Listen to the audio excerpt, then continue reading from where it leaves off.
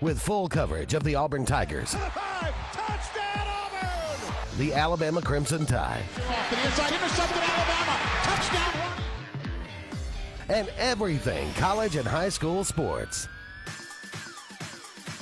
Now, let's join Andy, Brett, Randy, and Luke for this edition of Sports Blitz Live.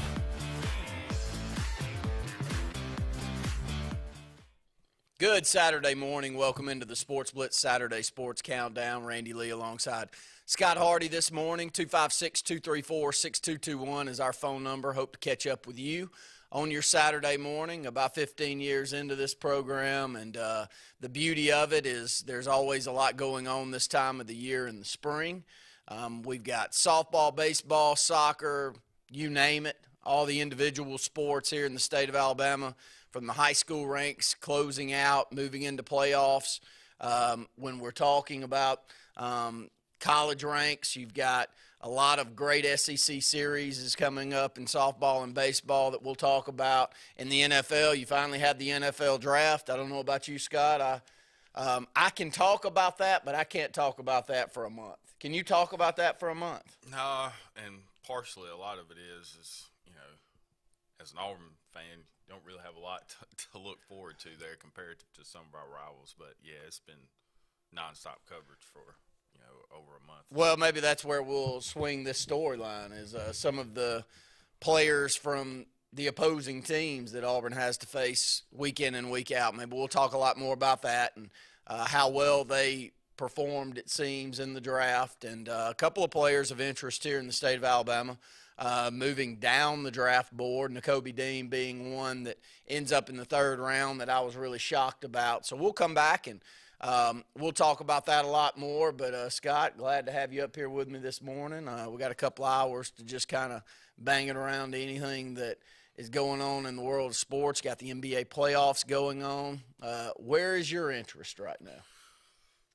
Well, really it's been I guess baseball really has been my primary focus. I haven't really followed too much. I've seen, I've followed the NBA playoffs, but I don't really have a team of interest.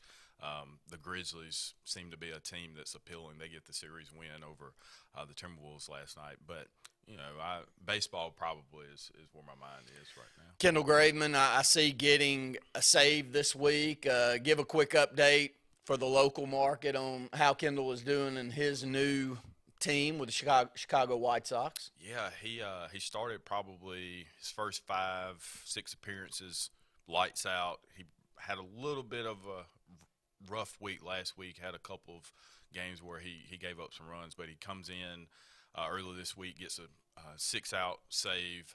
The closer for the White Sox, Liam Hendricks, has been injured a little bit, so this could be an opportunity for and he was already struggling anyway, but it could be an opportunity for Kendall to move from the high-leverage situation he is coming in the 7th, 8th inning to actually become the closer. So we'll see what happens there. But he's been pretty lights out, and Brett and I talked about it a little bit last week. But this White Sox team has the talent level to really compete in the AL for a pennant and possibly for a World Series run. So very excited for Kendall. He seems to have really found his own now in these high-leverage situations, moving from a starter to a bullpen arm. So I think that with his work ethic and his talent level, we're going to see him next decade as somebody who is shoring up the back end of bullpens. And the reason that we bring up Kendall a lot on our program, we're right here in the Lake Martin region.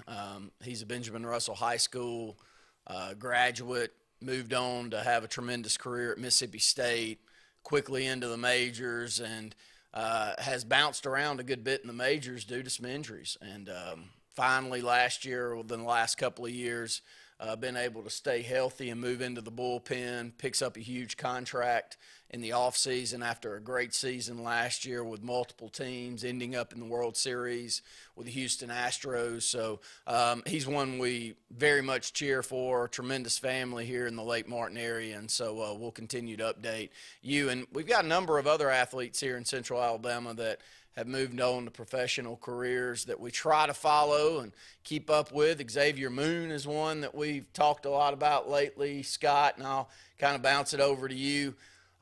Another great year. He's been the player of the year in a lot of different leagues around the world.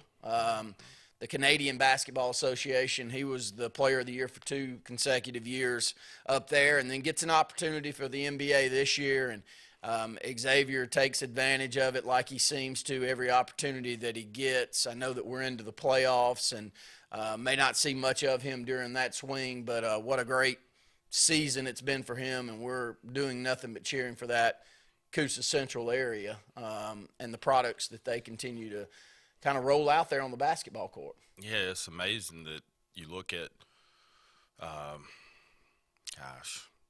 can't even think of it. Jamario Moon. You look at Jamario, his cousin, who makes it, a decade earlier, a little over a decade earlier, and then he comes back, and for an area that small to have such concentrated amounts of professional athletes with Justin Tuck and Darius Thomas, both of the Moon Boys. So that shows you that, again, it doesn't necessarily matter where you come from. And when you're having that type of talent pool that continues to produce that type of talent, the likelihood of you getting somebody on the professional level is going to be high. But Jamario, again, puts together another season on the professional ranks, gets a couple different 10-day contracts with the Clippers, and really showed his ability to be a premier scorer in the NBA. And I think he's somebody that if he got consistent playing time could easily be a double-digit guy because he can get buckets. Yeah, Coosa Central product, averaged 35 to 40 points a game in high school.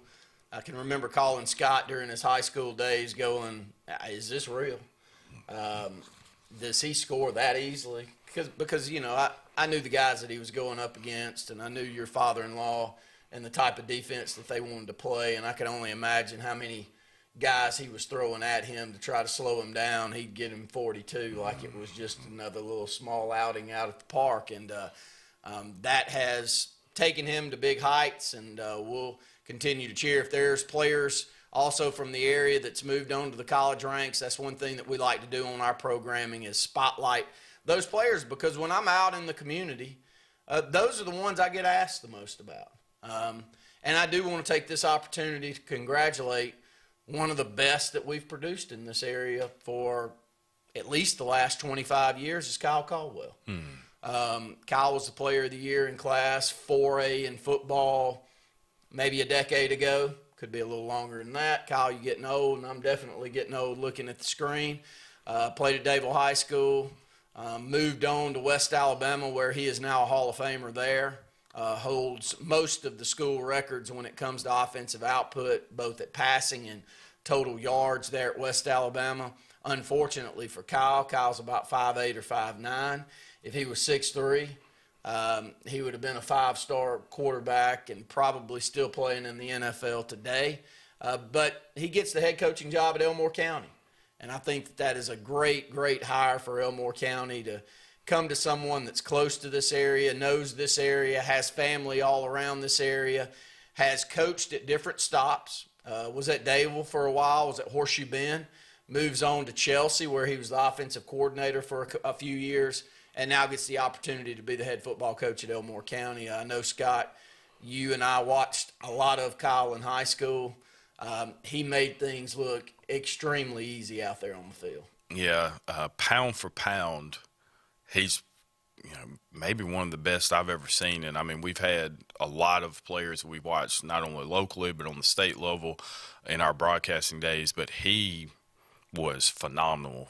Just a very good athlete. As you said, moved on to West Alabama and put up great numbers there. But in terms of getting his first head coaching job, I think this is going to be, or at least on the football side, I think that this is going to be a good fit for him. It's a smaller, it's not a small community, they're 5A, but I mean, I think he fits in with those styles of communities. And ultimately, I think if they buy into the type of system that he'll want to run, which will probably be, a high-paced type of offense, they should be successful. They have some players. Now, that I think from a resource standpoint, you want to try to build some infrastructure to be able to get the type of funding you need to really build the program. But in terms of talent level, I think that they'll be able to compete. And the crazy thing about the world of high school athletics, moving into the college where we'll talk NIL a lot today too, but on the high school ranks, it's, what are you putting? Because these communities have an opportunity and these families have an opportunity to move around a lot, and they'll pick a community that they feel comfortable with. And luckily here for Alexander City, and Scott's got as much to do with this as just about anybody that I could put up here with me, we're getting a new school.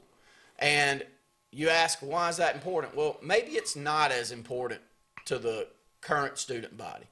I think it is. I'll make the argument that it is just as important. But I tell you what else is important. It's an economic engine for your community. When people come in and they want to decide whether they want to send their kids to this school system or send them elsewhere. So when Scott brings up the infrastructure deal there at Elmore County, buddy, they got the tax basis. Mm-hmm. You can count on that. If they get the buy-in and they get the coaching and the system that I feel like Kyle will throw in there, and the athletes that I know that they put out there on the basketball court. I don't know if you've watched, but they've won a whole lot of basketball games over the last decade. Wow. They'll have a good chance. I really think that he's in a good spot where he can win. Yeah, and again, although this is his first head coaching job, he has a strong pedigree as a player, and then he's been able to coach at multiple stops. And being at Chelsea, I think, prepares him, being a coordinator there in that type of program, and what the expectation level is there. Been a little up and down, but I think he was around good coaches, and also now has an opportunity to bring his style and flair to his stop at Elmore County. But again, from a talent level perspective, I think that they will be able to compete. He's got some boys and some guys that can really put it together. But again, I think ultimately, really from a foundational standpoint, building the type of facilities and getting the resources needed to compete with some of the other 5A programs will be imperative for his success. But congratulations to him. Again, we've been following him and calling games or interviewing him for over a decade now. And I think back to, maybe 2015 when he first came back to be the head baseball coach at Dadeville, and just seeing like the amount of people that we have come in contact with as players, and now seeing them getting to pursue things professionally is pretty cool as well. Yeah, it's what happens when you age.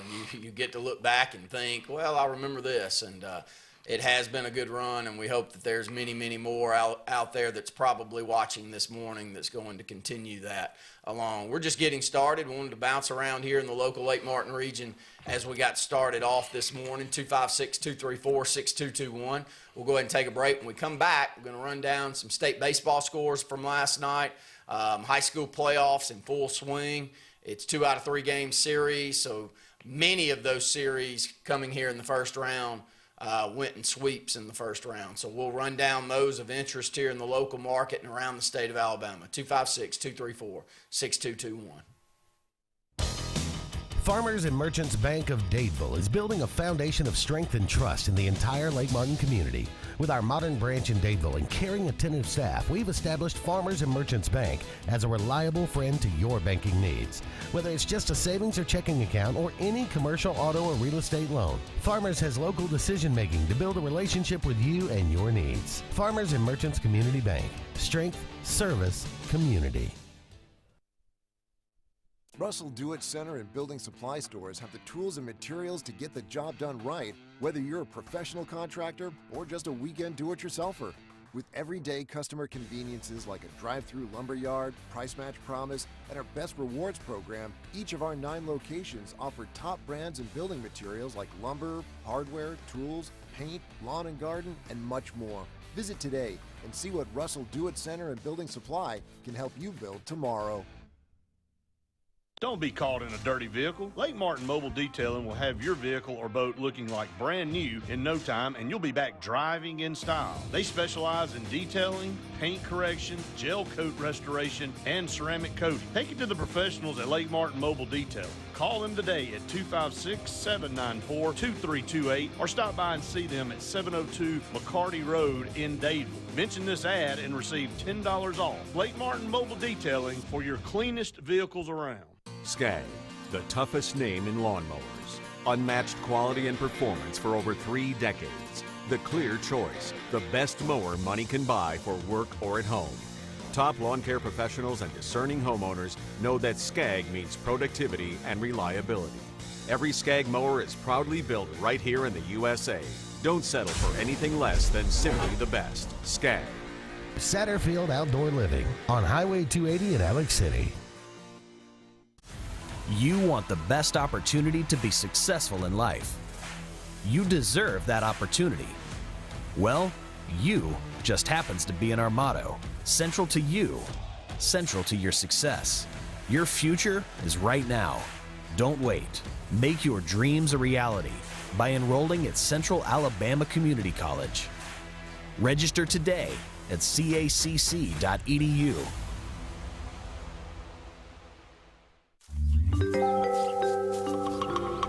What's the verdict? Can't fix your heat pump. Need a new one. Uh-oh. What are you thinking? I'm thinking Daikin. Call on Kevin Kill in Sunshine Heating and Air at 256-825-4849, Central Alabama's premier Daikin dealer. So what's he thinking? Oh, he's thinking Daikin. Daikin, one of the top selling in the world. Now I'm thinking Daikin. Daikin. Comfort for life.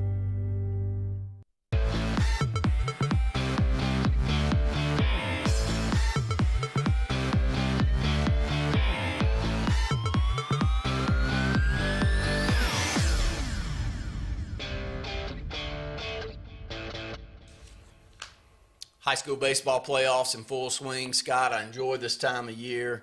I'm proud for the athletes that are competing that this thing's a 2 out of 3 game series, because 1 game series in baseball don't really tell the full story. You can always throw a great arm out there, still a game with the best arm in the series, and not be able to have the best team. So I think that the 2 out of the 3 change that was put in probably 20 some odd years ago has been really good for the sport. So as we run these down, it'll be multiple games that were played last night, and then some will move into a game 3 today, which will be the clincher for the series is out there. But some of these teams like Auburn High School, we just talk about every year.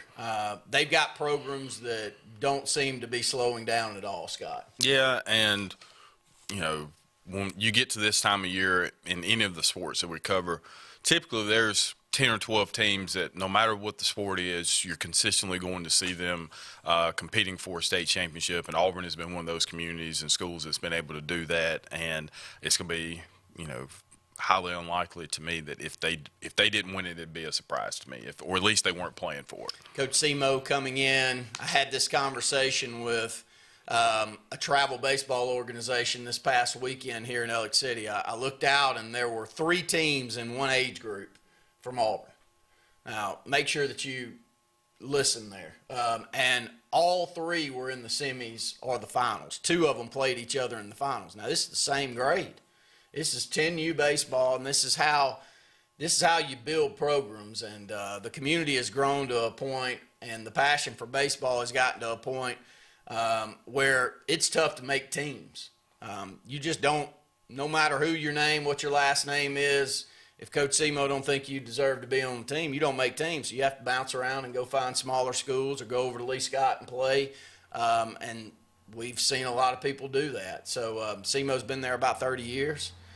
He's won 4 out of the last 8 or 9 state championships in Class 7A and big boy baseball here in the state of Alabama, and I don't see it stopping anytime soon if you look at what they did yesterday. They took on a Prattville team that's coached by an old teammate of mine and Kevin Hall that was a standout, one of the best baseball players I ever had the opportunity of being around. He's the coach there at Prattville. He had Prattville in a really good spot to maybe take the next step, which I still think they took the next step this year, but they ran up against a juggernaut in Auburn, and Auburn's able to win game 14-1 and come back and close out the series 2-0 in the nightcap. Auburn moves to 27-6 on the season. Prattville closes out their 2022 campaign at 28-7, but 28-7 mark tells you how good of a team they had in Class 7A with the schedule that they played, but also how good Auburn is, Scott. Yeah, and again, 7A, I think that may be – baseball may be the hardest of the sports, I think, to get through compared to the other sports that we have, football and basketball. I think with baseball, it's just so hard to get through because, as you said, you know, a lot of it is dependent on the amount of arms you have, the matchups you have. First game, you get a win with your best pitcher and try to gather from there. But 28-7, in 7A baseball is pretty dang good, or any classification, but 7A ball, that's pretty dang good. Other teams that move on, Baker defeats Daphne in Game 1, 3-1, and then close out the series 7-2 in Game 2. Central Phoenix City will look to have another matchup with Auburn. It looks coming up. Central Phoenix City takes down Enterprise 4-2 and 7-3. That was a big-time series, I think, in the semifinals last year. It was a Phoenix City squad that had only lost a couple of ball games all season long, and Auburn was able to win in late inning fashion and move on and win a state championship in Class 7A. The only series in 7A that wasn't decided yesterday was Alma Bryant against Fairhope. Those two teams split. It was Alma Bryant winning Game 1 3-2 and losing Game 2 6-4. So they will play today at 1 p.m. to decide who moves on there. Vestavia Hills, who was the cream of the crop here in baseball in the 90s when I was coming through school, they're back to their winning ways. They take down Tuscaloosa County in a 2-game sweep, 18-2 in Game 1 and 5-2 in Game 2. So Vestavia moves on. Bob Jones defeats Sparkman 2-0. They win Game 1 9-0 and Game 2 3-1. It's James Clemens moving over Huntsville 4-3 in Game 1, 2-1 in Game 2. A lot of these low-scoring games, you see your best arms thrown out there in the playoff series, so you see some lower scoring games. Hewitt Trustful moves on after sweeping Hoover yesterday 8-6 and 6-3. So a lot of the same teams that we see year in and year out back in it, and good to see Vestavia back up at the top of the heap. We did a documentary for Hometown Heroes highlighting Sammy Dunn this time last year. He and his 9 state championships in a 10-year run, an amazing program that he built there. And here's to tell you how hard that sport is and how much a coach or a program can be built around a coach. They haven't won another one since he left. And many that grew up the same time I did would have always thought, I mean, Vestavia's just going to always win them. I mean, they got so much talent and they're so bought into that sport that there's no way they could falter. And it's not that they faltered, but they haven't been at a championship level since he left. So we'll see if Vestavia can get back there, Scott. Yeah, and I think there is something to be said about the success of programs, specifically in baseball, being tied to a coach. And we've seen it in multiple programs. I feel like that's the one sport, too, where you see guys really stay at a school 15, 20, 25 years. We have one here locally, Coach Brooks, who's been here almost 30 years maybe, I guess, at this point. And you see it with you're talking about at Auburn. And so, I mean, I think that is a crucial component of being able to have that type of success when you have the consistency coming from the coaching staff. Yeah, glad to have Coach Brooks been here right at 30 years, came my freshman year in high school. I think this may have been his 30th year. And Coach Simo's been there 29 because he came the next year right after that. So it's been 2 great runs, and it's amazing to see the changes in both school systems and both communities during their tenure. When we were in school, we had 150 more students in the top 3 grades than Auburn High School had. Now Auburn High School is the biggest school in the state of Alabama by a pretty substantial margin, and they've got almost 4 times the amount of students that we do. So it's crazy what 25 years can do to a community, but you let NAFTA run through and you let economics change and you let Russell change and you let Auburn boom, Scott. You've lived there. You've been around there a lot. The boom over in Auburn's probably second to none here in the state. Yeah, I just had this conversation with somebody last weekend about that, just the difference in 5 years ago, what Auburn looked like compared to now, and even more so 10, 12 years ago, 15 years ago almost now that I was there. So it's interesting. But, again, we talk about it consistently. But your athletic programs – the success of your athletics is directly tied to the success of your community and the economic impact that things are coming in, whether it be industry or whether it be tourism, whatever it may be. If you're able to generate the type of tax dollars needed to reinvest back into your school systems, then you're going to see that continue to thrive. And so I think that's a very large component of what makes these systems so good and continually good. Totally agree. We'll go ahead and take another break here on the SportzBlitz Saturday Sports Countdown. We'll take your phone calls if you've got a comment or a question, 256-234-6221. Growing your business isn't just one thing. It's a million little things. Should you lease, rent, or own? How fast can you get that part? Does it fit the budget? That's what your local cat dealer is here for. With expert advice, flexible financing, and industry-leading equipment, you can get the job done, day after day. Visit ThompsonCat.com, your compact equipment provider. WOTM is the television provider for all Alabama High School Athletic Association championship events and special programs. WOTM is your home for the Super 7 football, state finals basketball, baseball and softball state championships, the AHSAA Weekly Show, and WOTM also produced the first ever football playoff show, Super 7 preview show, and reclassification reveal show. Your exclusive home for all things AHSAA is WOTM. Contact your local cable provider to request WOTM to your channel lineup. You want the best opportunity to be successful in life. You deserve that opportunity. Well, you just happens to be in our motto, central to you, central to your success. Your future is right now.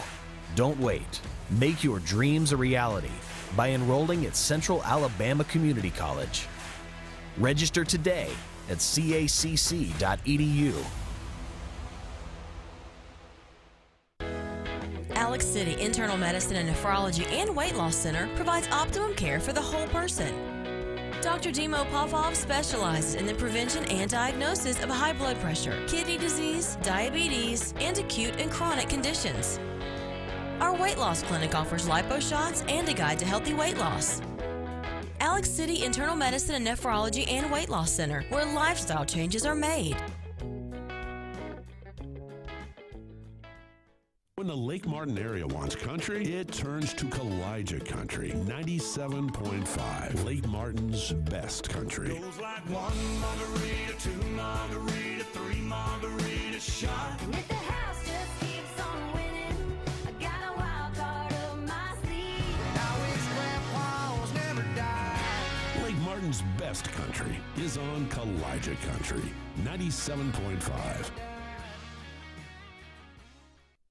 Re-elect Richard LeGrand Sr., Lee County Commissioner, District 5. Why? Work with the Beauregard community with the EF4 tornado devastation to sort through debris, help restructure lives for the people that lost homes, establish Juneteenth as a paid holiday in Lee County. A playground at Lochapoka to include 4 acres with a playground, service, organized trash collection on Lochapoka roadsides. Whether you vote absentee ballot or you go to the polls, please re-elect yours truly, Richard LeGrand Sr., Lee County Commissioner, District 5. Paid for by Friends of Richard LeGrand Sr.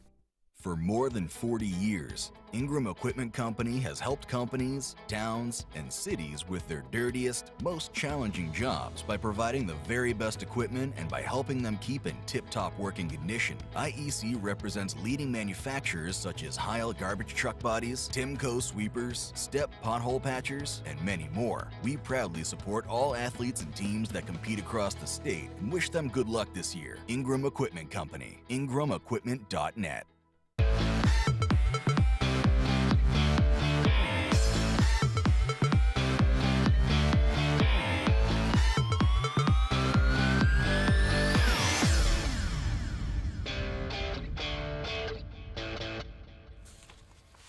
Let's move to 5A and 6A, Scott.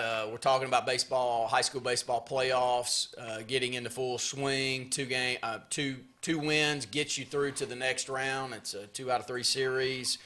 In Class 6A, Hillcrest Tuscaloosa takes down Helena. Gulf Shores splits with Stanhope Elmore. That's a great split for Stanhope in the first day because it was a 29-4 Gulf Shores team. Going up against a 25-12 now Stanhope team. So they split. They'll play today. Actually, they only played once, Scott. They had a technical issue last night that caused that second game not to be played, so they'll play a couple today. Saraland, let's see. They lose game 1, 1-0 against Pelham. Come back and win 10-0 in game 2, so there's a split. Game 3 will be this morning at 11 o'clock. That's Saraland taking on Pelham. Wetumpka and Hueytown split yesterday. Both very good teams. They'll play today at noon. to move on to the next round. It was Hartselle taking down Mountain Brook. What a program. You want to talk about a program? Hartselle. Northern Alabama baseball squad, kind of like Coleman, that year in and year out you look down and you expect to see them moving on. They able to win both games against Mountain Brook yesterday, both pretty low scoring games there, and congratulations to Hartselle as they move on. It was Buckhorn over Pell City in 2 games yesterday. We had a split. 2 of the better 6A squads in the state. Just about every year is Chelsea and Coleman. They have to play one another this year. In this round, Chelsea wins the first game of the series 11-1. Coleman able to come back in game 2 and win 8-0, and that sets up a game 3 today at 1 p.m. And that's my old high school teammate Michael Stallings coaching there at Chelsea, and every year he seems to have his team peaking at the right time. And is this the quarters? This looks to be. No, this is not the quarters yet. This is the round of 32. Okay. I guess they'll move into the quarters following this one. Hazel Green. Now it could be the quarters there in 7A with the lack of teams. Hazel Green and Oxford. It was Hazel Green winning both games yesterday and moving on. Another Northern Alabama team that's really got a strong baseball tradition. And Scott, I just reeled off a whole lot of teams that we talk about every year. Yeah, and something to note, when I was listening, that's why I wanted to know about where we were.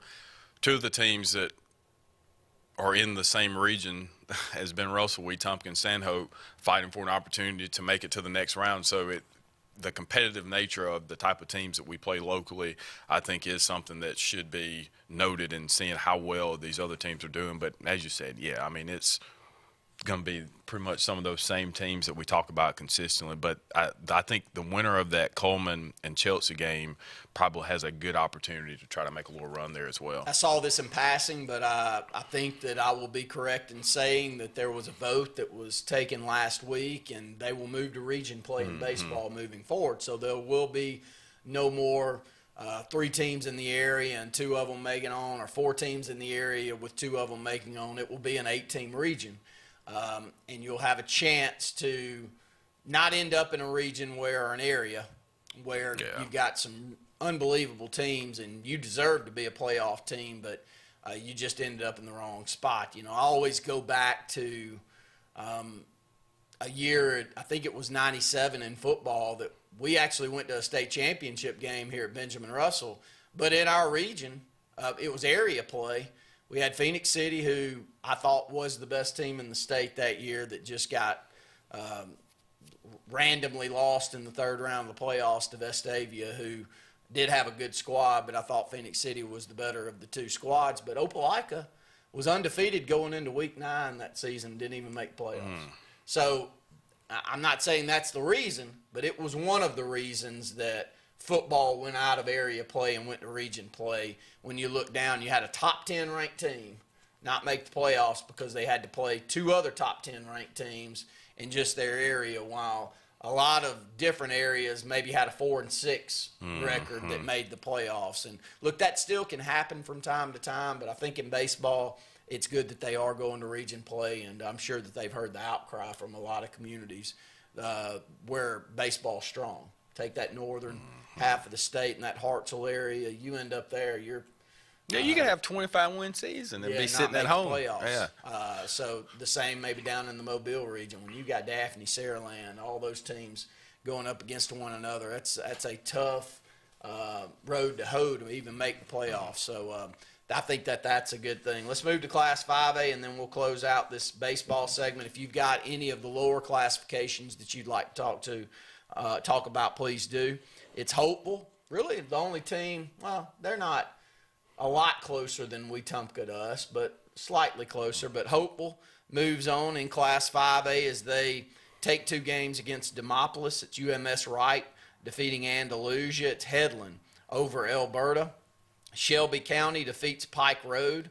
What a Shelby County team this is. They're 30-4 now on the season, and Hopeful's 30-5 on the season. That's 2 tremendous teams in that part of the state. Russellville defeats St. Clair County. It's Leeds over Hayden.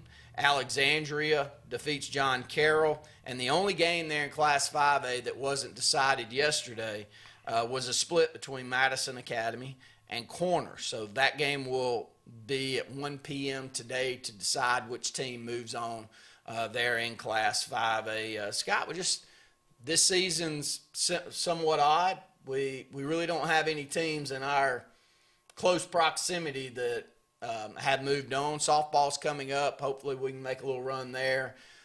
Our Benjamin Russell girls soccer team defeated by Helena last night. Great run by that group of girls. They work as hard as really any program that we have at the high school. I see that. I go to the soccer complex with both my son and my daughter. Both enjoy that sport, and very seldom do I go over there where I don't see Lee Wagner or multiple coaches out there with a group of 8 or 10 girls working on their game, and that's the reason they're winning all the time. They haven't won a state championship yet, but hopefully they'll get over the hump at some point in time. But it's been a semi-mediocre year for high school baseball here in our market. Yeah, and, I mean, we have some really talented players. Yep. So, I mean, I think from a talent level, we're there. But, again, a lot of it, especially in baseball, injuries, you may lose a pitcher early in the year, somebody you were counting on to be your number 1 or 2. And also when it comes to just, again, talking about the area play, you may have just run into a buzzsaw where you may have been a 20, 25-win team, but not in a position to compete for a playoff run. But that is something I think we will see changed pretty quickly over the next decade or so, with the amount of kids that are coming through both baseball and softball in our local area. Soccer, too, for sure. Soccer may be the most popular sport in Alex City.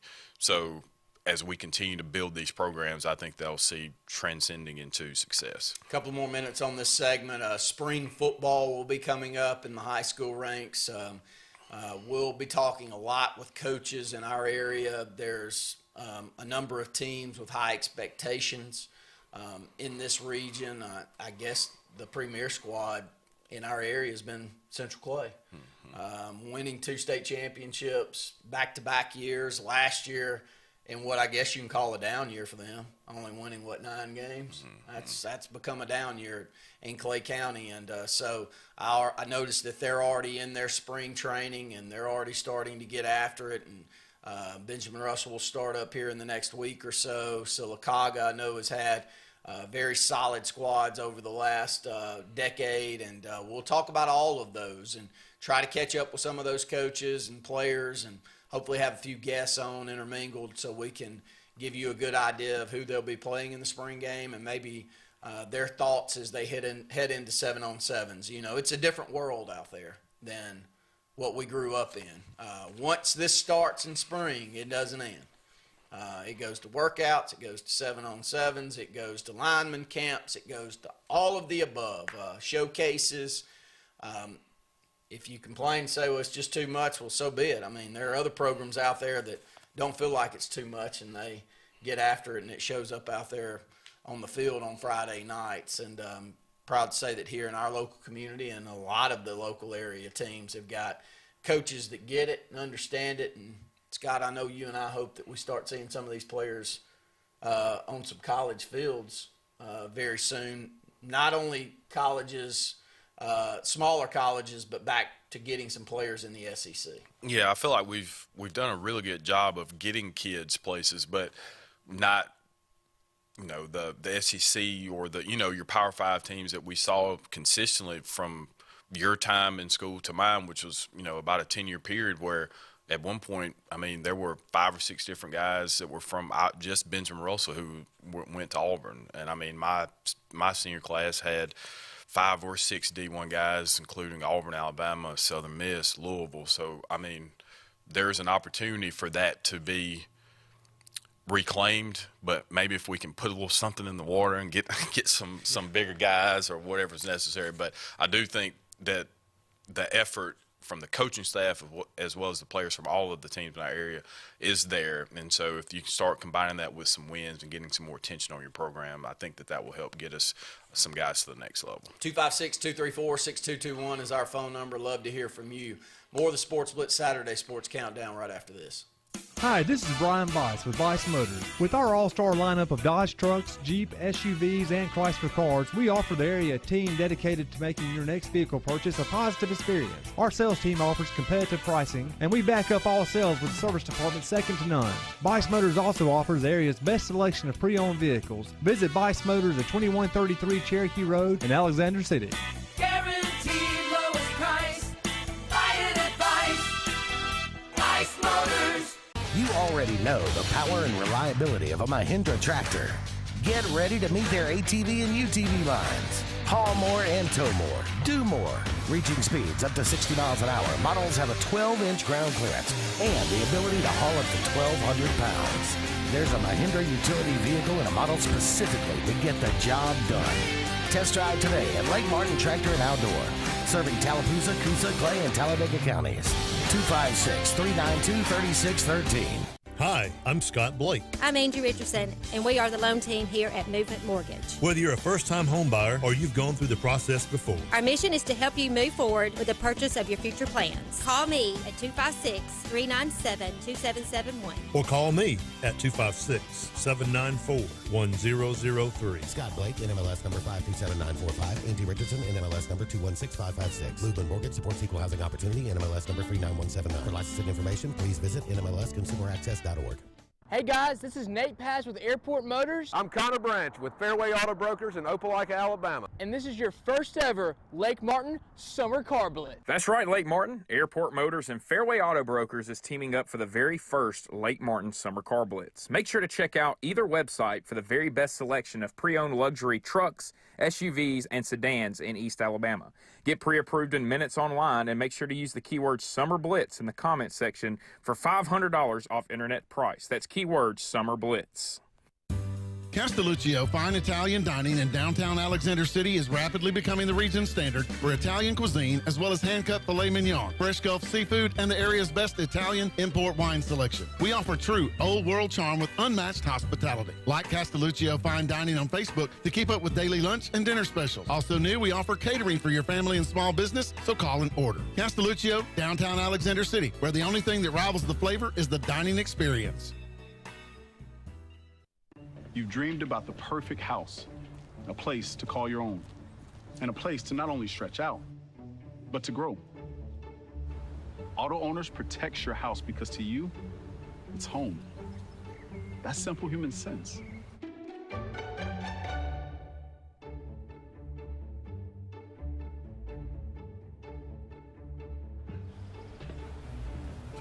Happy to help, man. I was just over there talking to myself anyway.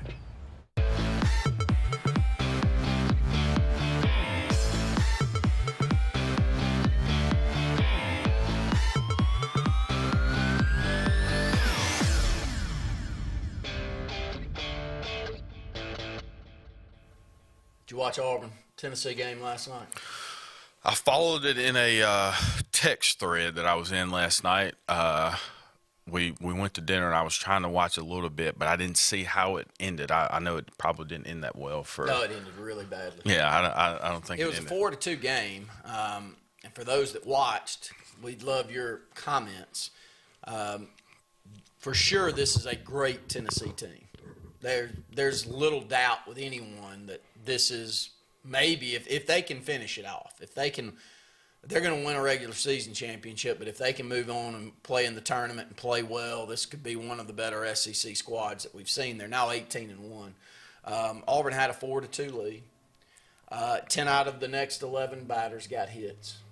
One being a grand slam after Auburn took about a 10-minute hiatus out there on the mound to decide whether we had a hamstring injury, and the very next pitch after the decision was made that the hamstring was okay to throw was a hanging slider that Tennessee and the rest of their fan base drove way out in left field for a grand slam. So, and if you haven't watched Tennessee and you're an old late 90s steroided up, they hit the ball. Metal bat, bull, a bunch of big guys up there. Man, these are some big.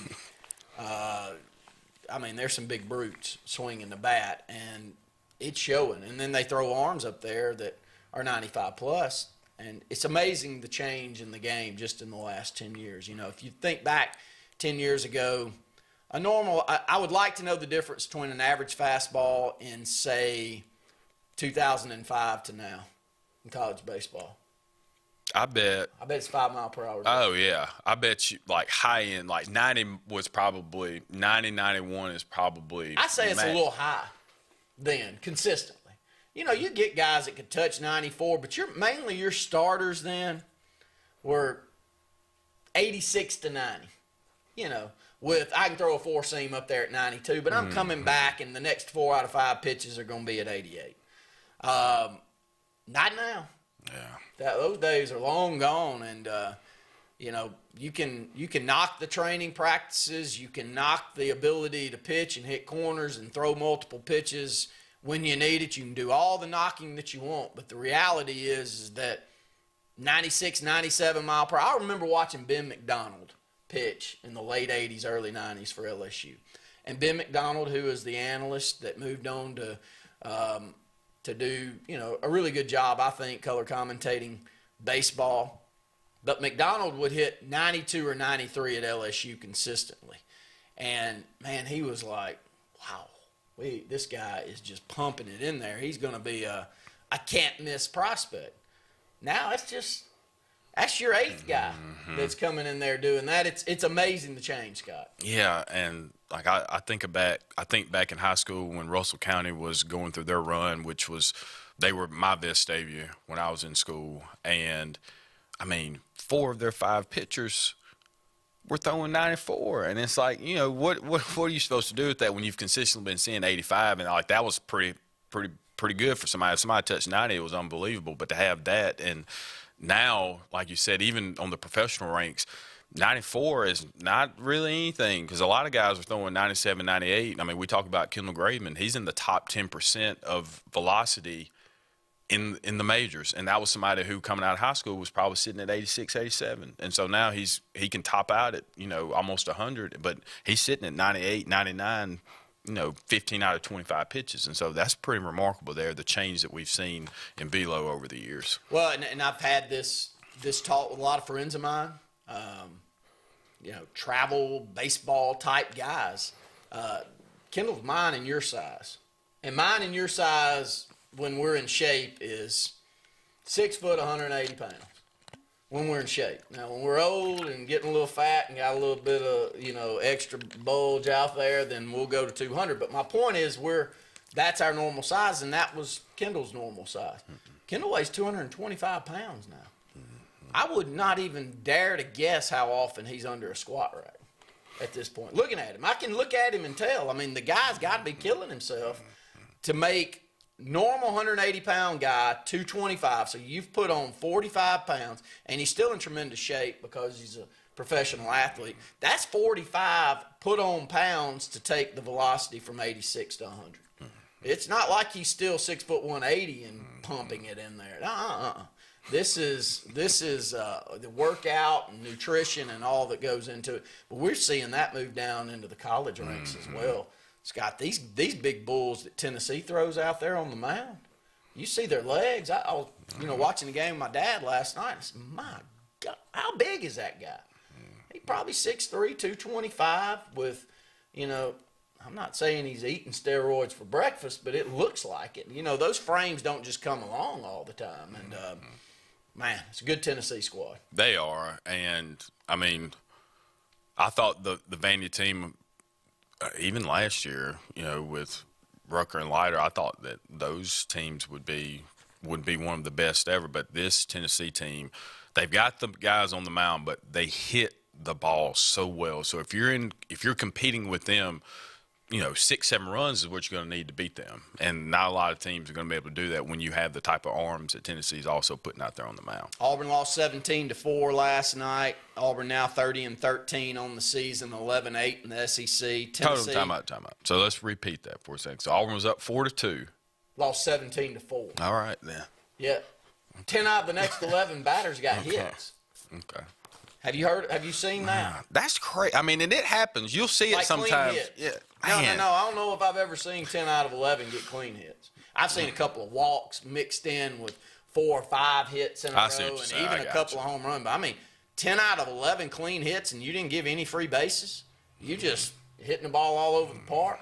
I mean, they just kind of sprayed one to right field, and he hit it out. Opposite field.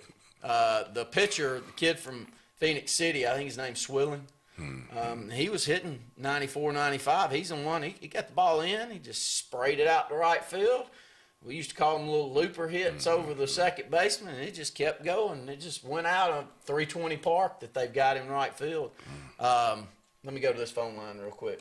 Caller, you're on SportzBlitz Saturday Sports Countdown. Hey, guys, what's up? Hey, Brett. We're talking about last night. Did you have a chance to watch the game? Oh, yeah, unfortunately. Your thoughts, Brett, on how good this Tennessee team is? I don't know that I've seen or remember a college baseball team as good as this. I said this on Auburn Blitz yesterday.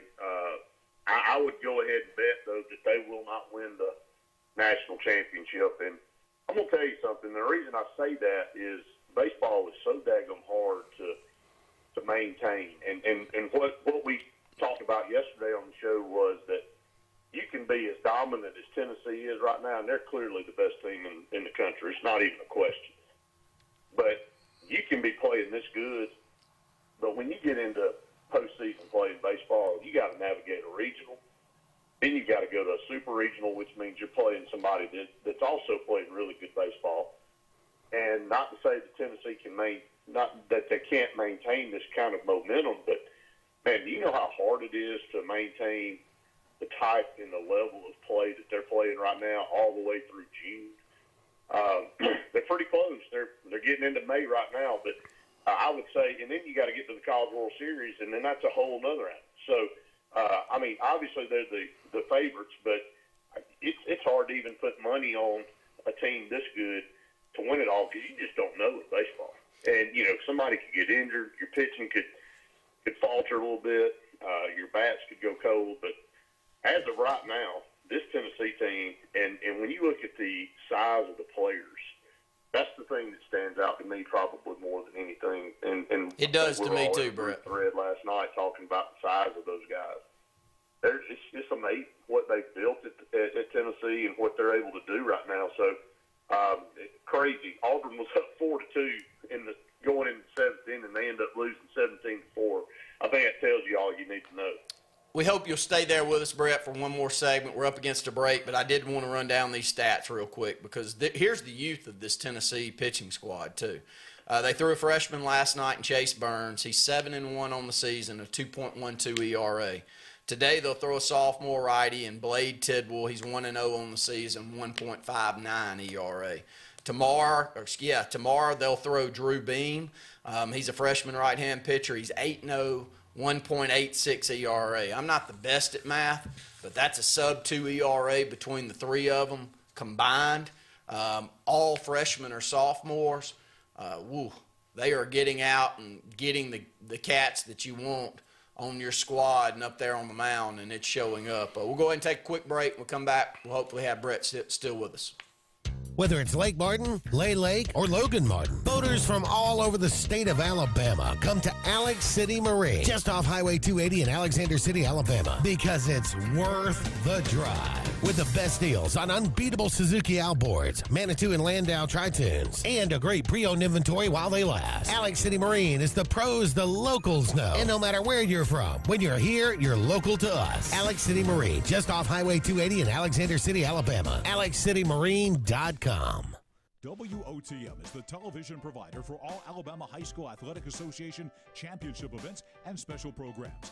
WOTM is your home for the Super 7 football, state finals basketball, baseball and softball state championships, the AHSAA weekly show, and WOTM also produced the first ever football playoff show, Super 7 preview show, and reclassification reveal show. Your exclusive home for all things AHSAA is WOTM. Contact your local cable provider to request WOTM to your channel lineup. You don't have to ask who, what, or why. Who's Diner is the go-to place for breakfast, lunch, and dinner. Conveniently located at the corner of Highway 22 and 280 in Alex City. Who's Diner offers the best meals and the best deals in town. Try our fresh, made-from-scratch pancakes, chicken salad, Philly cheesesteak, or the Who Burger. It doesn't get any better than Who's Diner, of course, on the corner of Highway 22 and 280. Who's hungry?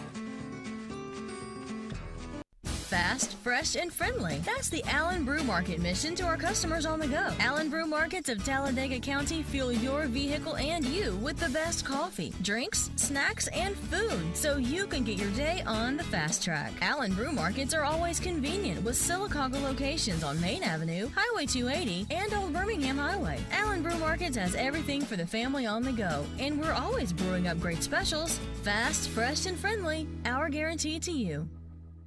The same professionals you've trusted with your urgent care is now your primary health provider, Main Street Family Care. We provide annual physical exams as well as monitoring health conditions such as high blood pressure, diabetes, asthma, and more. All major insurances accepted, Medicaid, Medicare, and have self-pay options to accommodate everyone. See us in Alex City, just across from Walmart. Your care is our primary concern. Main Street Family Urgent Care. Heal better, feel better fast.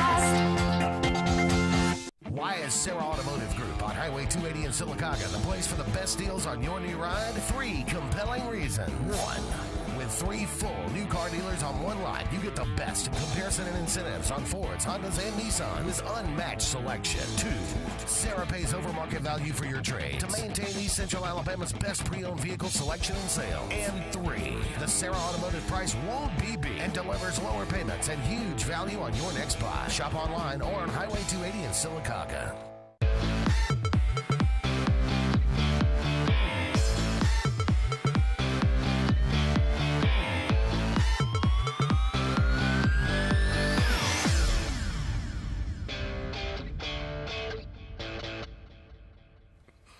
Welcome back to the Saturday Sports Countdown. Got Brett Pritchard on the line with us. And, Brett, I tuned in a decent amount to the Auburn Blitz this week. And yesterday's show was mainly revolving around recruiting and which players possibly Auburn could get. But also y'all's talk around, hey, there's no other way to spin it. What a great job Alabama and Georgia and some of our year in and year out nemesis are doing consistently on the recruiting front. With the NIL thrown into the mix, man, it's a different world than we lived in 20 years ago.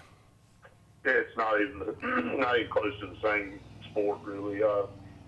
First of all, let me say that I thought Brian Parson came out in the ambush in Atlanta day before yesterday and really kind of reiterated. He still got a chip on his shoulder, which is, I don't blame him. The way he was done internally by some people at Auburn. No, he wasn't getting after it like he should. I think he's learned some lessons. But I tell you, this is a rough world we live in. You don't do things exactly how somebody thinks you should do them right out of the gate, man. They just turn their back on you. And it was handled so poorly. I know we could go into this thing again. Regardless of him not getting after it the way he should recruiting, that was a terrible look. That was just a terrible way to treat somebody. But he doubled down and said, he thought it was a bunch of BS and the assault on him and the assault on his family. And he said, he is 110% bought in and that he's learned from some things here in this first year. And he's got a plan and he really, really thinks Auburn's going to be back under his watch. Now, again, time will tell. But the reason we talk about all that is because the recruiting side, we can talk about how good a coach is all day. But if you don't have the players, it just doesn't matter. Night in and night out, if you got better players than your competition, then it's in your favor. Now, you may not play well one night, and they may play above their head, and they may get you. But the players determine. Look at it in basketball. Look at Tennessee right now in baseball. Look at Georgia and Alabama in football. You see what Georgia's done in the draft this year. Nick Saban continues to just roll out one unbelievable draft after another. And you compare the players that Auburn's having to compete against year in and year out. It's not even on the same. It's not even on the same tape. So Auburn's got to upscale their recruiting. And we talked about 3 stars, and we talked about what it means to be a three-star. And Luke's probably will call in here in just a little bit and add more to this, but we talked about it yesterday. Being called a three-star doesn't mean you're not a good player. But actually, a three-star means you're a really good player that you got that ranking. A 4- and 5-star means that you're probably more ready to come in and contribute immediately. A 3-star, you got to be coached up. You got to be developed. And you saw Roger McCreary, and we our good friend Corey the Bounty told us right out of the gate. He said, "This guy's a 3-star, but y'all getting a hell of a player." And he was. You saw what happened yesterday. He went early in the second round. The problem with Auburn is not only recruiting top players, because Gus Malzahn proved he can recruit as many top players as anybody. The problem is, what do they do when they get there? So the second stage is development. So you can take a 5-star and make them a 3-star, or you can take a 3-star and make them a 5-star, depending on how many years it takes or whatever. And it took Roger McCreary a couple of years to really develop into what he is. But I say all that to say this. At the end of the day, if Auburn doesn't upscale its recruiting moving forward, like you said, Randy, with all the stuff going on with NIL, they're going to be left behind just like every other team out there that's struggling to figure it out. And Ohio State and Alabama and Georgia, they got to jump, because when this NIL thing hit, they were on top of the mountain.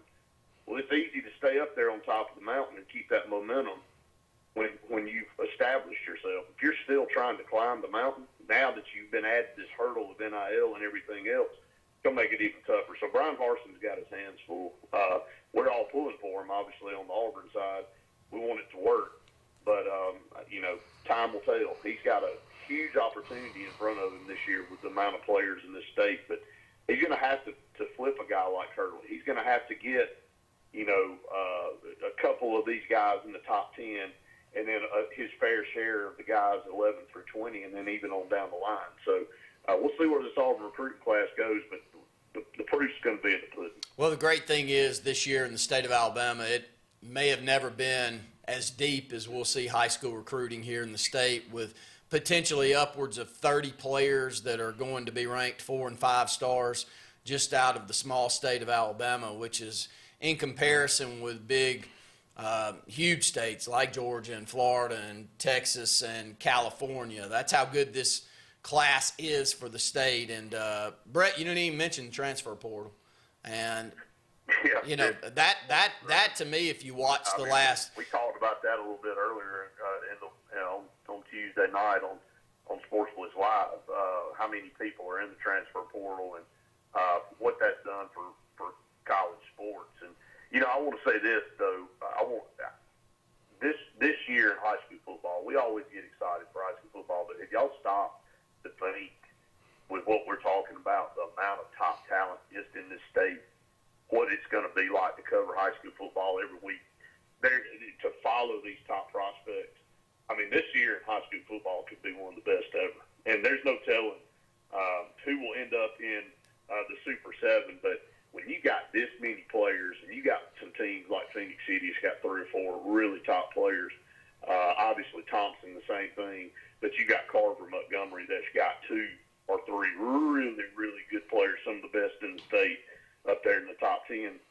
This is going to be an extremely fun year to follow these guys and to kind of see how their teams do. Looking forward to it, Brett. Thanks for calling in this morning. Hope you have a good day and get prepared for a big fish fry, my friend.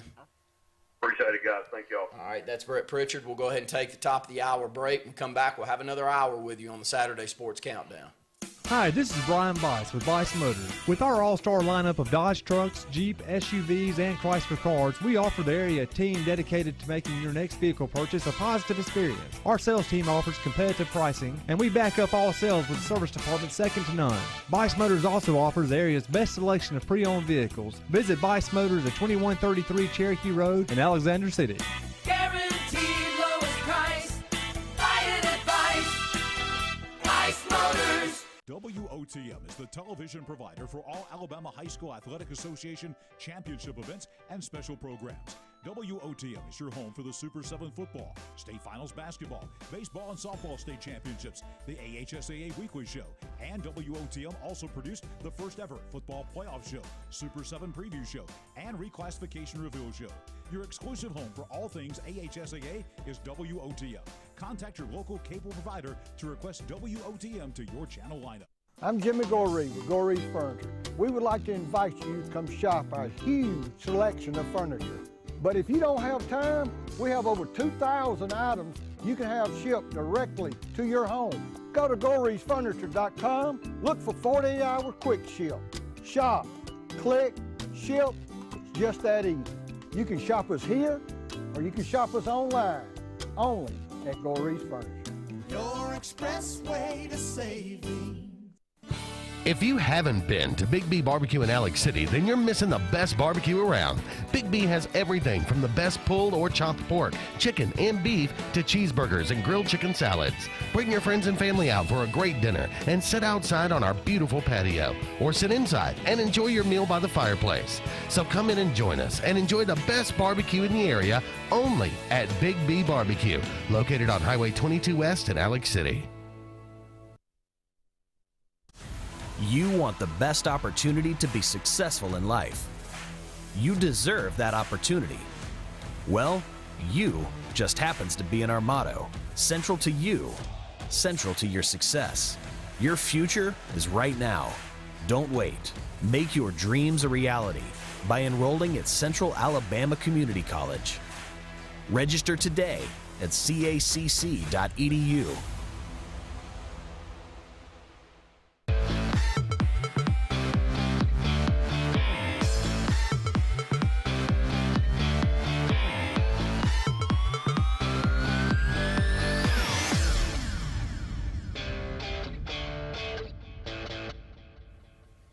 Scott Brett brought it up, so I thought you and I would talk a little bit more about it. And that's after 1 year of the NIL.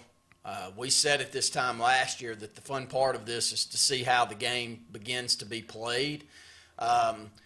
Giving one athlete, say Arch Manning, a $5 million deal from X advertiser, X sponsor, that's not necessarily the game that I'm talking about. That's an offset of what's going to go on for all of the rest. But we're now starting to see, like NIL Auburn or NIL Alabama and all of these other schools that are having a lead, like a Jason Campbell, who's pretty much set there to lead that NIL push and to put the business model together and to figure out the ways that Auburn's going to sustain itself from a recruiting standpoint. And then not only a recruiting standpoint, if you look at the Miami basketball player this week, if they feel like they had a great year, then just like the rest of us, if we feel like we've had a great year and we've brought a lot of value to whatever organization that we're with, we're going to ask for more money. No different for a student athlete, no different for a professional athlete, which is pretty much what this has become. So just your thoughts, because you kind of work in and around those organizations and how much talk is going into how these things are set up. Yeah.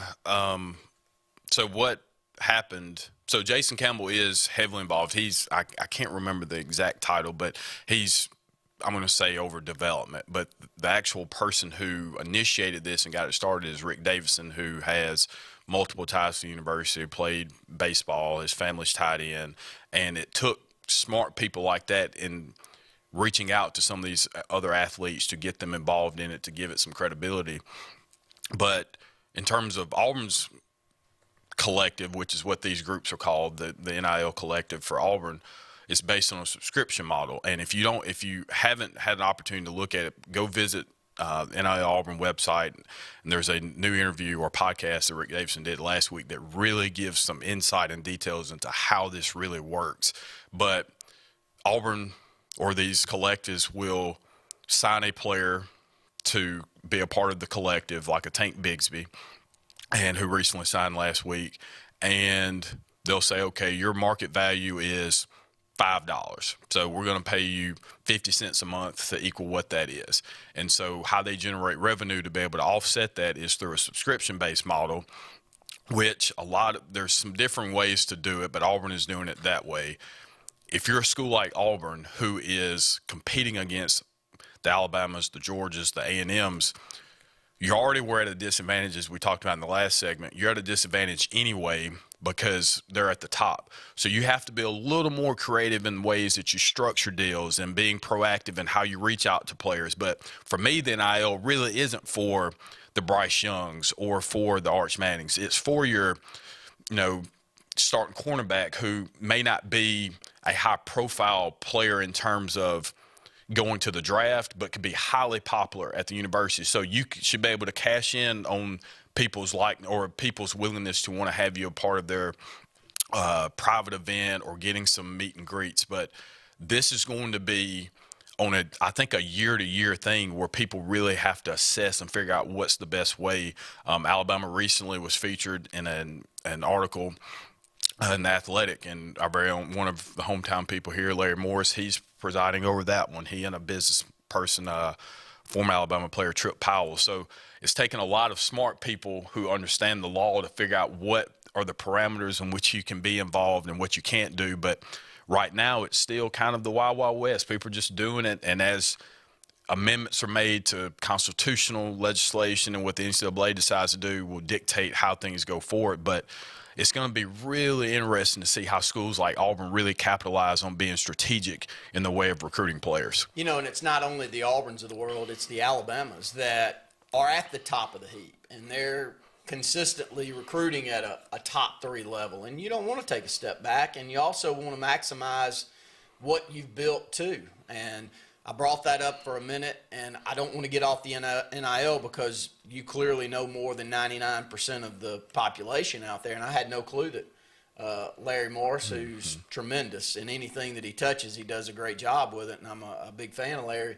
that he's involved on the Alabama side. So that is of interest, and they've got the right guy to put out there and to be doing that. But it's the transfer portal. Yeah. I look at a program like Alabama right now, and Nick Saban said it. If you want to do this, go do it. I'm telling y'all, this is not the thing that y'all want to do if y'all want to create parity in college football, because it's not going to create parity, and it's not. Because here's what's happening. You have a player at Pittsburgh that's their best player, and he don't want to play for an 8-win team anymore. And his quarterback, who was their best offensive player, just went in the NFL draft. And he has no confidence whatsoever that they're going to have anyone throw the ball to him. And I'm using example. I don't know the specifics, but I'm using an example. Well, who do you want to go play for? If you're one of the top 5 receivers in the country and your team won 8 games last year, and Alabama comes calling, and the Heisman Trophy winner is coming back at quarterback, and Arch Manning's sitting there on the sideline ready to come in, and that big old bull that they run around out there that's the backup quarterback that looks like he could be I've never seen anything like it. I mean, he is a beauty. He's a specimen. Where you want to go? And what's happening is Alabama doing what any of us would in any organization or work environment. We're taking advantage of the opportunities that are given to us. We're competitive, and he's taking advantage of it. He did it this past year at the middle linebacker position. He goes over to their arch nemesis in Tennessee, and he picks up their middle linebacker, who a lot of teams wanted. He had had enough at Tennessee, 7 or 8 win seasons. He ends up at Alabama. So the rich are getting richer. Yeah. So my point is also on the NIL side. I wonder if they're going to play that game better too. Oh, I think that. Now, I do think that Florida and A&M, I think, at least in the SEC, probably have the best structure in terms of what the NIL is and how they're going about it. A&M's is a little more discreet, as weird as that sounds. It's less information available about how you can be involved and do those things, but they clearly have figured it out and what they were able to do with this previous recruiting class, because that is a major component of it. But something, too, that when we're talking about, Brett was talking about 3-star, 4-star, 5-star guys, who I think the transfer transfer portal hurts the most are those types of guys. Is your 3-star athlete who in any other normal situation would probably get a chance to still go to an Auburn, Alabama. Yeah. Now I can go pull somebody who's already established at Tennessee and come in and fill that board. Well, I don't have to worry about the development of or taking a chance on a guy who really could be a player. But those are the players that suffer the most. And you're seeing it on the high school recruiting level now, where even on the basketball side, if Bruce Pro has 2 spots open, even if I am a top-tier player, I'm probably just going to go ahead and go get the kid that's at, Belmont, who I've already seen put up 27 points a game and put on a show in the tournament. Okay, yeah, come here and play. Whereas your 3-star kid, 4-star kid even to that effect. Oh, yeah, 4-4 to marginal 5-star guy that's a high school senior in comparison to, a guy that you're able to go pull from a Division I school, but a smaller step-down school that comes in, say, from a Furman, averaging 22 points a game. You're going to get 12 or 13 out of him. I mean, you're not going to take that risk. It's a very good point. And, I think the game's being played so much different than any of us thought. And as a business person, and I know where you lie. You love business, but you also love politics, and you love playing and mixing and mingling both of those realms. Well, nothing's more in both of those realms now than high school recruiting, and it's wild, isn't it? It is. And I mean, I'm always going to be pro player. No matter what the scenario is, I think that because that's where the game ultimately is decided is with the player. So whatever they decide to do, I'm okay with that. Now, if you don't have any rules in place, then all right, sure, let them go wherever they want to go. And until and that's all it is. This is a free market system. So if I am at Pittsburgh and I see that we're not that great and my value if I played for a different team would be much higher. And 2, it's because of the NIL too, you're having people stay longer because they can get the money. I mean, you just saw it with Kentucky. I can't even think of his name now, but they're a big-time basketball player. He ends up coming back because he gets NIL money, so he doesn't have to worry about going to get – if I can get $2 million a year while I'm in college, then I'm not that concerned about going and having to go get as a lottery pick. So it's causing a lot of numbers issues. So I think what you'll eventually see – is an expansion of the scholarship numbers.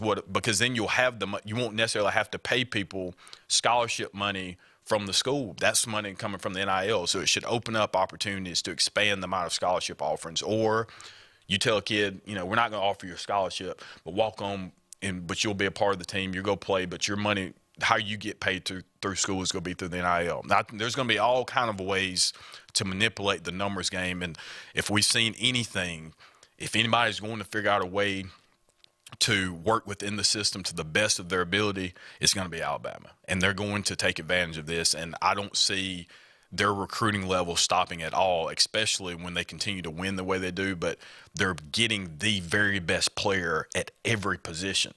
You can't lose that way. I mean, them and Georgia both. It's going to be Georgia, Ohio State, and Alabama for, the foreseeable future. Teams like A&M will be competitive, but they don't have the same caliber of coach, I think, and that's what's going to separate those teams. But it's wild, wild west out there right now. Well, and the thing that you do have to tip your hat to on Jimbo Fisher is they have figured this out, and they are recruiting at a level that's eye-opening.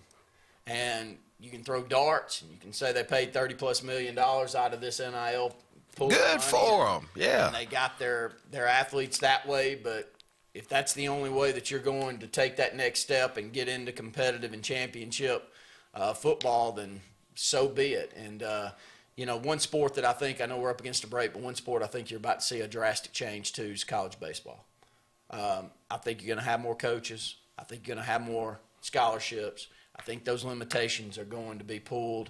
All of that silly stuff that the NCAA has thrown down the ways of these Power 5 schools so the rest of the schools, the other 200+ schools, can stay semi-competitive. They're going to get rid of that. Mm-hmm. If you're Auburn, Alabama, and the lottery and the bordering states is causing college baseball to be a tough environment for you to win in, which it is, and we've already talked about that at length.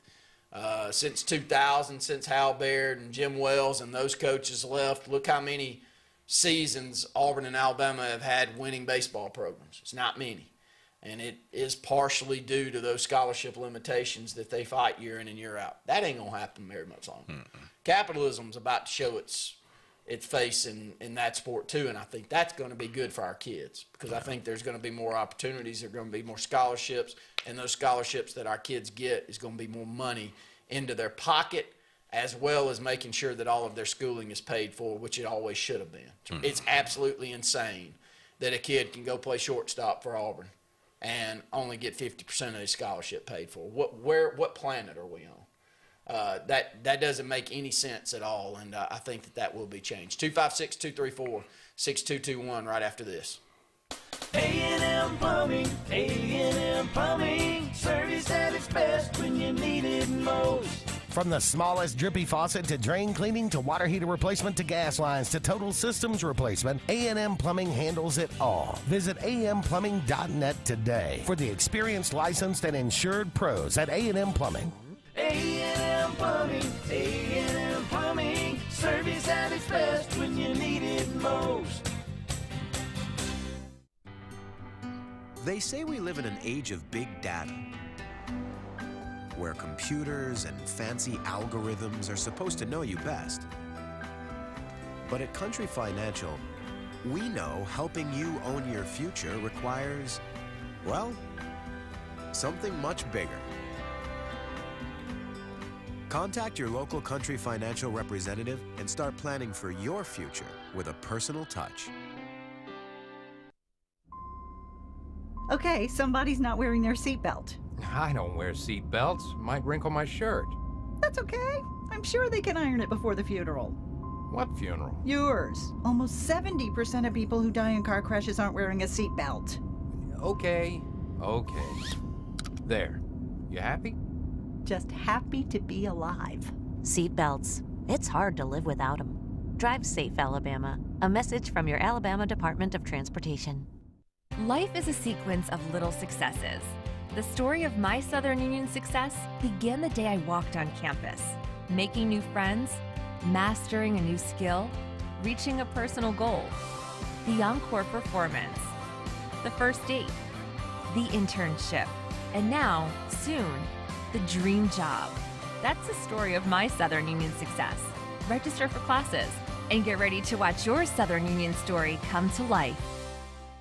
It's time to crank for bank. April 1st through July 4th, you'll be fishing Lake Martin for a chance to win big. With a $100 registration, you'll be fishing for $1 million from Big Fish Real Estate Group and Point Broadband, a 2022 Bass Cap Bass Boat from Russell Marine, 2022 Skeeter Bass Boat from Ashley Outdoors, a 2022 Chevy truck from Lake Martin Cabinetry and Allen Embry Premier Chevrolet, or catch a $1,500 tagged fish. Brought to you in part by Dunning Roofing, Lake Martin Tourism, Mortgage Pro, Fishing Chaos, and Lake Broadcasting. Visit Crank, the number 4 bank.com for details.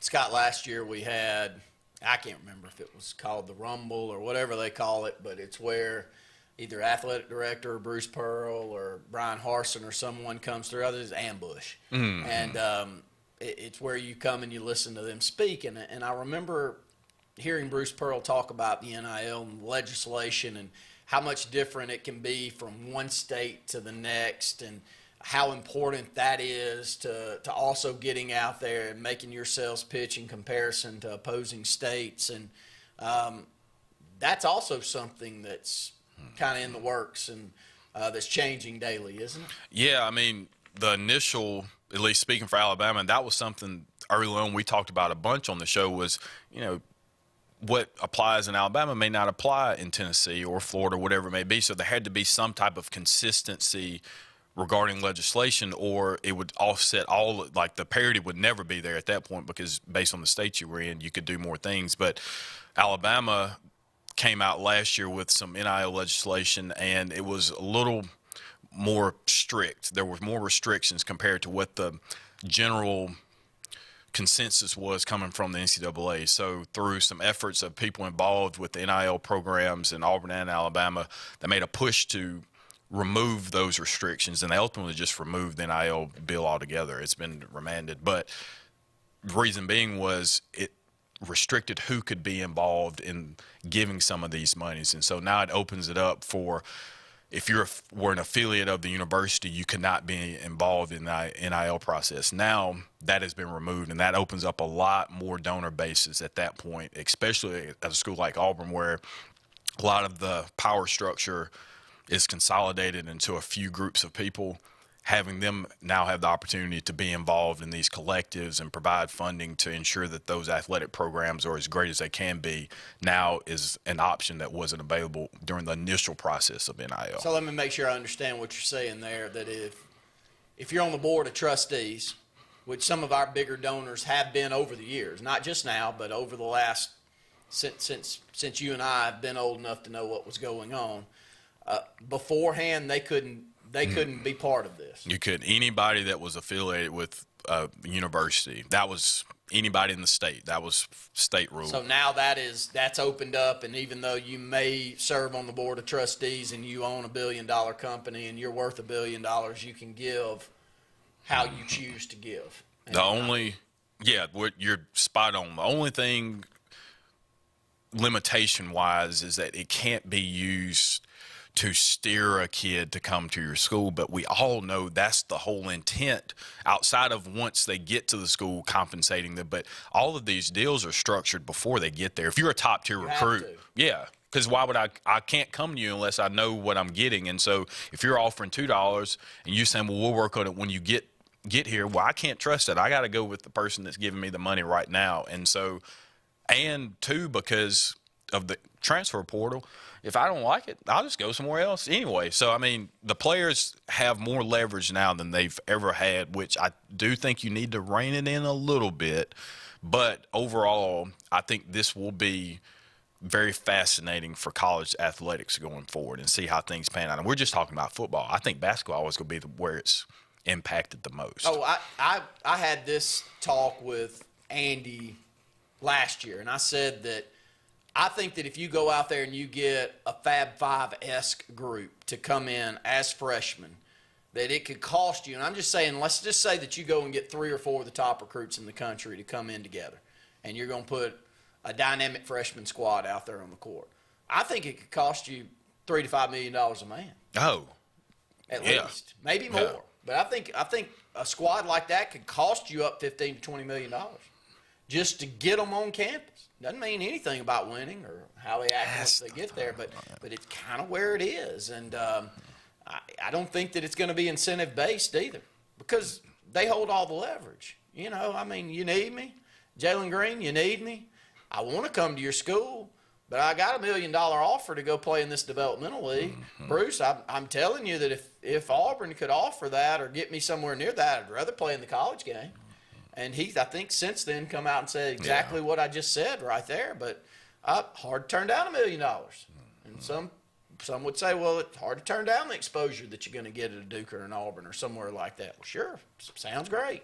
If you ain't got $1 million, if you ain't got $1,000, and you offer $1 million, then imagine how hard that is to turn down. Let's go ahead and go to the phone lines. Caller, you're on the Saturday Sports Countdown.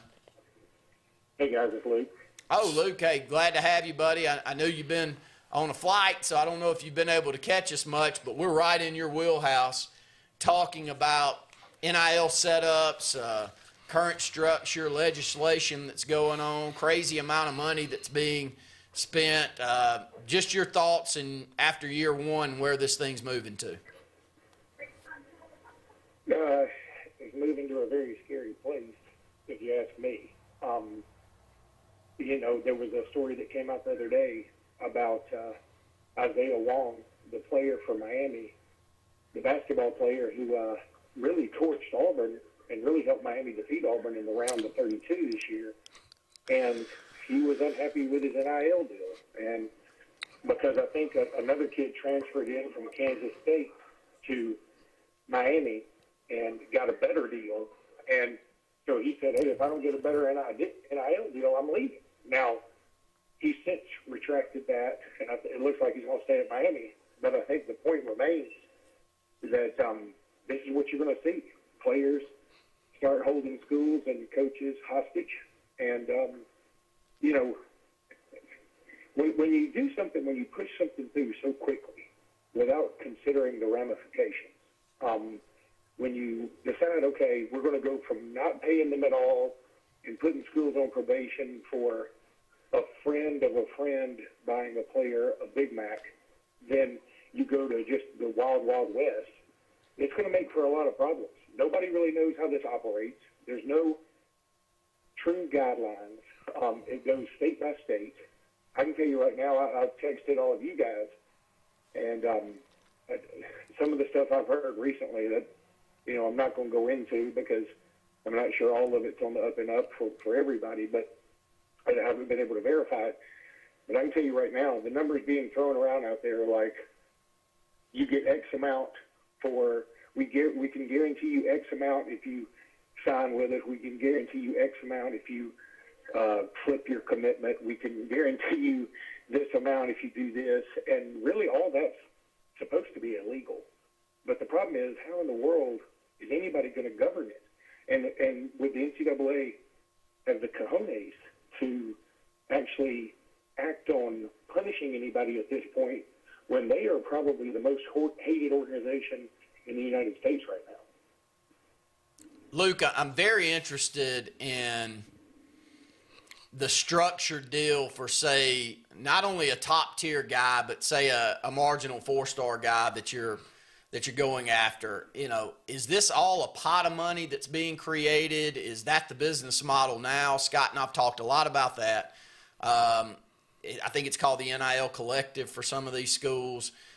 Is that the business model that's going? I'm not talking Arch Manning. I'm not talking Bryce Young. I'm talking about the starting cornerback. Yeah, that is sort of the way it goes. It really needs to all be funneled, at least my understanding, and that when it comes to the state of Alabama, it needs to be funneled through these collectives. I don't think you can contact a student directly and just cut something on the side. I don't think you can do that. But again, it's all ambiguous. Nobody knows.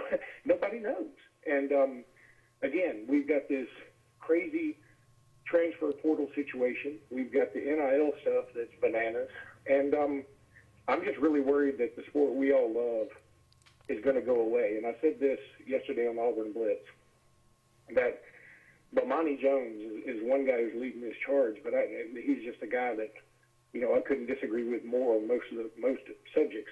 But he went on a rant about how the NFL draft is un-American. It just goes against the whole free market. It just blah, blah, blah. And I guess in a sense that's true. But in another sense, I mean, do we ever look at this for the collective good of the sport?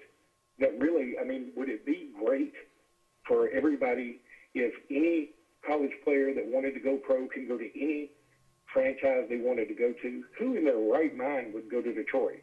I mean, no offense to Detroit. I'm a Lions fan now. They got Jameson Williams. But who in their right mind would do that? Nobody. And I think that, you know, the draft is a great opportunity for several young players to get their name called, get in the limelight, increase their brand, have this special moment with their families, all that stuff. I mean, and it's also a huge moneymaker for the league. And the players collectively bargained this. It's not like the players are against the draft. I think players understand this is good for the sport. It's good for the health of the NFL to be able to do this.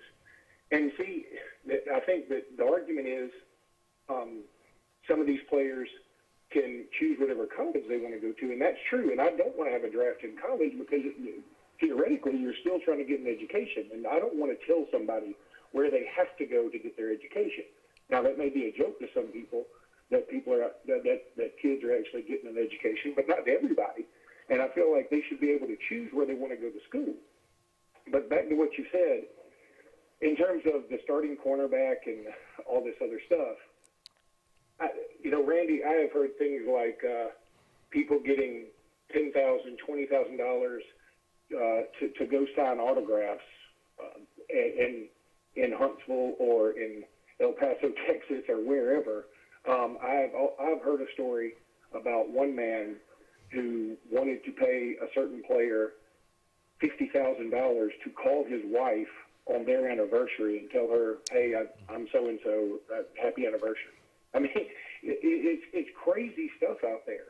And again, far be it from me to stop people from making money. I don't want to do that. But I feel like it has gone from 0 to 100 so fast that none of us can get our arms around this thing. Well, Luke, you bring up the NFL draft, and I know you're somebody who follows it pretty closely. Alabama, again, puts together another, so far, pretty good draft class. Comparative to other years, how does this one, rank compared to other years that Saban has had? It's obviously not going to be the best one. I mean, they do have two first-rounders, two guys in the top 12 picks. That's a pretty good deal. I think that, if you want to look at it another way, look, at Alabama's got a lot. It's not like they lose these two guys and then it'll be a few years where they get more first-rounders. I mean, there is at least a 50-50 chance next year Alabama has the number 1 and number 2 pick in the draft, barring injuries, and Will Anderson and Bryce Young. So, and I think John Mechie would have gone in the first round if he had not been hurt. I think he would have gone late first round. Instead, he goes in the second round, and kudos to him for doing that. I mean, but he has an ACL tear. I think Jameson Williams could have been a top 8 pick instead of a top 12 pick if he hadn't been hurt. So I think the injuries factored into Alabama's, less than Alabama's standard of performance in the draft this year. But overall, still a good draft. I mean, they've had 6 guys drafted. Unfortunately, I wanted some guys to go to some better places. Nobody knows Detroit as a football team unless they play on Thanksgiving. So I sort of hate that for Jameson Williams, but in the end, he's going to be making a bunch of money. I look at Fedarian Mathis going to the Washington Commanders along with Brian Robinson. I mean, the Commanders just seem to have tons of Alabama guys on the team. I think that's great. The Houston Texans draft 2 Bama guys in John Mechie and Christian Harris, and I think they got steals in both of these guys. I think Christian Harris is going to be a really, really nice surprise for them.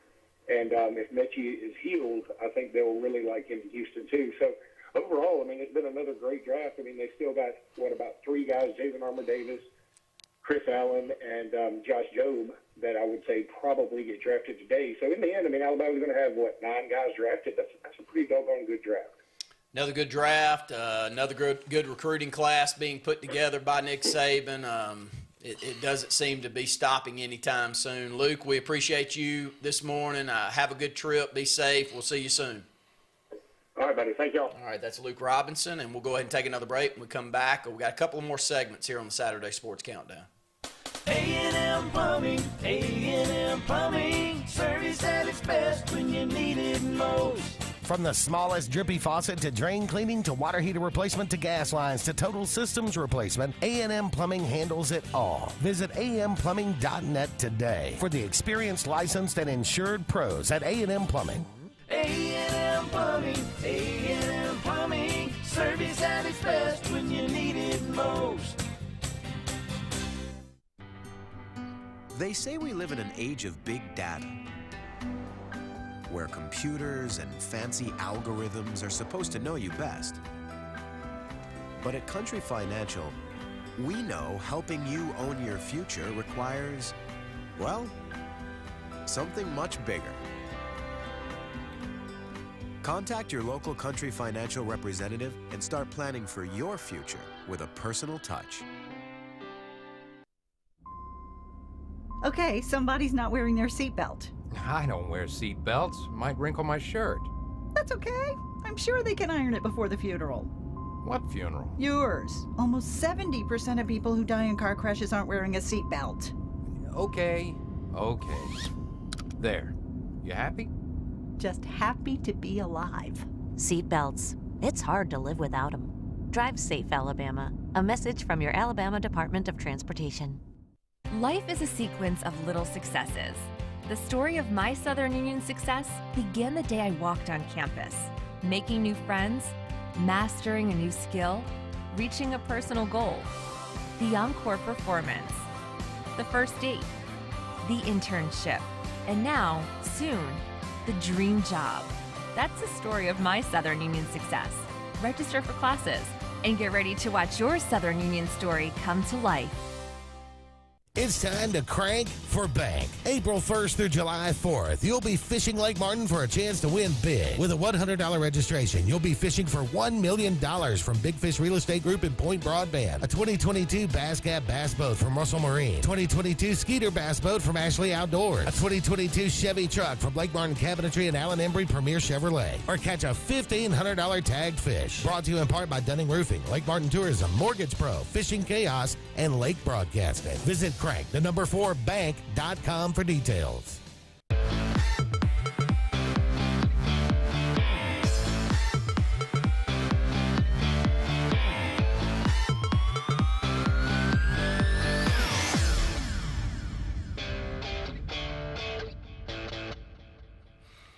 Couple more segments here on the SportzBlitz Saturday Sports Countdown. A lot of talk has been around draft picks, lack thereof, for say Auburn compared to Alabama and Georgia, LSU as well. Scott, do you do any buy into that? Because Auburn hasn't had a first rounder in the last couple of drafts, and the comparison between the schools that we're competing against is pretty eye-opening. Yeah, I mean, I don't think you have to have a first-round pick to be a good program. But if you're playing programs that combined are putting 7 to 10, so if, 30% of the draft picks in the first round are against teams that you have to play against, then all right, it's starting to become a issue at that point. And so overall, I think Auburn has always had good talent. But the last 2 or 3 years, it seems it's been a lot more diluted than what it has been previously. And so I feel like we've gotten some big-time players in that never really panned out. And we've talked about that extensively, too, about the amount of top-tier players that Auburn has gotten over the last 10 years and them not being able to be developed to be what they should have become. Somebody like a Byron Coward. What happens when they get to Auburn? But saying that, I do think that at some point you're going to have to start getting those types of players to be a true competitor against the Alabamas and Georgias of the world. We've talked a lot about NIL. We've talked a lot about the transfer portal. Started out the first hour with high school sports. If you've got comments on any of the above, please give us a phone call, 256-234-6221. I haven't had a chance to talk to you following spring practice for Auburn. Your thoughts overall. Quarterback position was a key topic. Maybe you have an opinion on that, Scott. But overall, a lot of players that seems like a lot of scholarship players that we need to go and find either on the transfer portal or add them into the mix, because unless my numbers are off, we're probably down 8 to 10 right now, counting those that have transferred out in comparison to those that we pulled back in. Yeah, I think that's a key component of the first step of what we're trying to do as a program to get back to where it should be, or what the expectation level is that you just got to fill out the roster. I mean, that's a key thing, and it's in positions where we need the help the most is what the troubling part is. But going back to the spring game, didn't see anything that made me think that we were just terrible, but I didn't see anything that made me say, all right, we have a chance to compete either. I think TJ Finley is somebody who could be a SEC quarterback. I mean, we've seen him play, but I don't think he's the best fit for Auburn moving forward. But offensive line wasn't as bad. I mean, I think we have better numbers there than what I thought coming into the year. But overall, we're just going to have to see. That a lot of talk has been made about this first 6 games of the season for Auburn and what that does for the future of Brian Harsin and the program. So for me, my entire focus would be providing the depth and resources needed to get the numbers, and then figuring out a way to be 4-2, 5-1 coming out of those first 6 games. And out of those 6 games, here's who Auburn opens with. It's Mercer, San Jose State, Penn State in Game 3. A lot of people pointing to that Game 3 as a key one, much like last year on the road. Missouri in the fourth game, and then LSU in the 5th. And that LSU game's no longer one that we look down and go, oh my, There's LSU. There's a top 5 recruiting class year in and year out with some great coaching and players to match. This is a reeling LSU team that we've taken advantage of over the last couple of years. Yeah, and I think we, as Auburn fans, should do everything we can to make sure that the foot is kept on the throat there, because I do think Brian Kelly he will have success there. He's been successful everywhere he's been, so I can't see him not having success there. And then when you combine A&M too, I mean, Auburn could for a while could be 4th or 5th best team in the West, and so that's not what we're accustomed to. But again, it's probably going to equate to that 7 to 8 win season. Let's go back to the phone lines. Caller, you're on the Saturday Sports Countdown. Randy, Scott, Justin, how y'all doing? Good, Justin. Help us feel a little bit better about ourselves up here. Well, I was going to ask about Auburn basketball, being an Auburn fan. But I think all sports, football may be the lowest right now. But I was just wondering, Scott, if you heard, I think Johnny Broom's announcing today at 2, and if y'all, and maybe Julian Phillips maybe next month, but have either of y'all heard how they're leaning? No, bro, I think we get some good news today. I'll say that. I do think that as an Auburn basketball fan, you will have good news today. Now, there's been a lot of discussion on what it would take to get him to campus, and I think that if things go according to plan, that Auburn should have a smile on their face this afternoon. Are we talking a big payday? I think. What are the paydays for a 5-star recruit in basketball now? And I know you don't know the exact numbers, but I'm just speculating, Justin and Scott. What do you think it takes overall compensation level to get a 5-star to your campus? $500,000 easy. And I mean, I know that sounds like a low number compared to what you're seeing other places, but if you can say, all right, I'll give you $500,000 to come if you come for your freshman year, but if you were to stay for your second year, then we'll bump up to another $500,000. So by the time you leave, you could be worth $2 or $3 million at that point. So I think that for a 2-year player, or somebody for a 1 year rather, for somebody just coming in, somewhere between $500,000 to $1 million is probably what they're worth. Justin, your thoughts too? Yeah, I would love to know, what Jabari got. I know he had a deal with Under Armour somehow, but I don't think it's as big as stuff as like Chet Holmgren and some of the guys at Duke and Kentucky. I know the guy. Brent and I watched Sports Cards. I know he went and met with Oscar Tshiebwe working out an NIL deal in somewhere down in the Caribbean to get him to come back. But Scott, I had a question about NIL Auburn. Can a small business go to NIL Auburn and work out a deal with players, or like a subscription through their small business or something like that?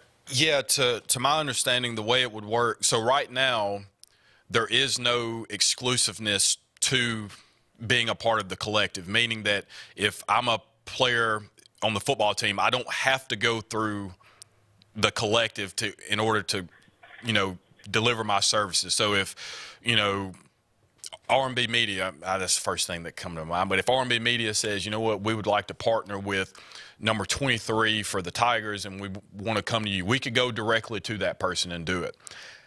Long term, I think that that's not going to be the case, and it's going to be where you have to go through the collectives, and that'll be a university decision. You'll have to go through the collective in order to create some sponsorship, but the way it would work is you would contact the collective and say, I would like to have a $10,000 sponsorship with Tank Bigsby.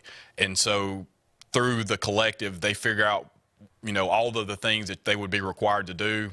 The collective pays them. You would pay the collective essentially, and the collective would funnel that money into the player.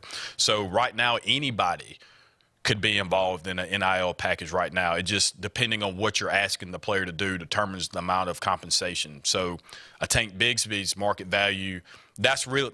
I know I'm saying a bunch of stuff, but that's part of the collective's role is to make sure that they aren't being taken advantage of. So if I came and offered you $1,000 to come sign autographs, but your market value says you're worth 15, well, they're going to advise you not to take that deal unless you get the amount of money that you're worth. So the collective is there to act as a conduit between the sponsor and the player. Okay, but maybe the complexity of all this, causing like Matt Luke and Jay Wright, hopefully maybe this will affect Saban down the road. Yeah, maybe. I mean, there's a lot to it, Justin. You're right there. Well, let me ask you one more kind of off-topic baseball question. Scott, do you think with Acuna coming back, do you think the Braves, maybe this will turn them around? The last couple games have been pretty good. Yeah, I think so. I mean, the lineup, obviously, when you lose a Freddie Freeman, even though Olsen coming in, that helps. But when you lose basically your two best hitters, with Acuna being out the amount of time they have, it's going to take some adjustments there. But I think he's worth, his WAR is probably 7 or 8, so he's worth 8 games a year. Maybe more than that, 16 games a year. Probably Trout's in that realm, so he's probably up there as well. So I think from a power standpoint, what Acuna brings to the lineup should increase the amount of runs that they're getting, and then ultimately helps out the pitching staff as well. So I think that him coming back will be very, very positive for the lineup. Awesome. Well, all right, let's go shoot a wedding today. See y'all. There you go. Thank you, Justin. Thank you, Justin Clayton, good friend of the program, and great questions there. Let's go ahead and head off to our last break, come back and close out the program. Whether it's Lake Martin, Lay Lake, or Logan Martin, boaters from all over the state of Alabama come to Alex City Marine, just off Highway 280 in Alexander City, Alabama, because it's worth the drive. With the best deals on unbeatable Suzuki outboards, Manitou and Landau Tritoons, and a great pre-owned inventory while they last. Alex City Marine is the pros the locals know. And no matter where you're from, when you're here, you're local to us. Alex City Marine, just off Highway 280 in Alexander City, Alabama. AlexCityMarine.com. Sign Source is your local vendor for commercial and residential sign manufacturing and installation. We offer all kinds of lighted and non-lighted signage, from retail signs, LED message centers, event banners, vehicle wraps, the whole spectrum. We also offer service and repair on existing signs, as well as retrofitting to LED or installation of outsourced signage. We have the knowledge necessary to fulfill all of your signage needs in the short or long term. Visit signsourcenow.com to get started. Heritage South Credit Union in Alexander City is your community credit union, and they have been for over 80 years. Heritage South Credit Union proudly serves Tallapoosa, Coosa, Lee, Chambers, Randolph, and Chilton counties. From checking to business accounts, to share savings to club accounts, to their kids club and investments. Visit them online at myhscu.com. Heritage South Credit Union, your community credit union for 80 years. Federally insured by NCUA. Planting season is here, and the Potting Shed Garden Center is happy to give you professional landscaping advice when it comes to planting your shrubs and trees. Auburn's best kept secret will have it all this fall. Mums, pansies, pumpkins, and much more. All an array of colors and sizes, along with beautiful pots and containers, indoor plants, and a great selection of other gardening gifts. It's all at the Potting Shed Garden Shop, where natural elements reign supreme. Located on the corner of Moore's Mill and Society Hill Road in Auburn. Now is the best time to sell your current home, as it's a seller's market, meaning that on average you can get up to 96% of your asking price. Who's the most aggressive and most experienced to help you sell your home? Hi, I'm Rhonda Gaskins, broker Century 21 Lake Area Realty in the Lake Martin area. We are getting a 96% return on our listing price to sales price in this area. Call me today and let me go to work for you. 256-749-3644. GillsOpelika.info. Get pre-approved in minutes online at GillsOpelika.info for a pre-owned car, truck, or SUV from Gills Auto Sales, 1430 Gateway Drive in Opelika.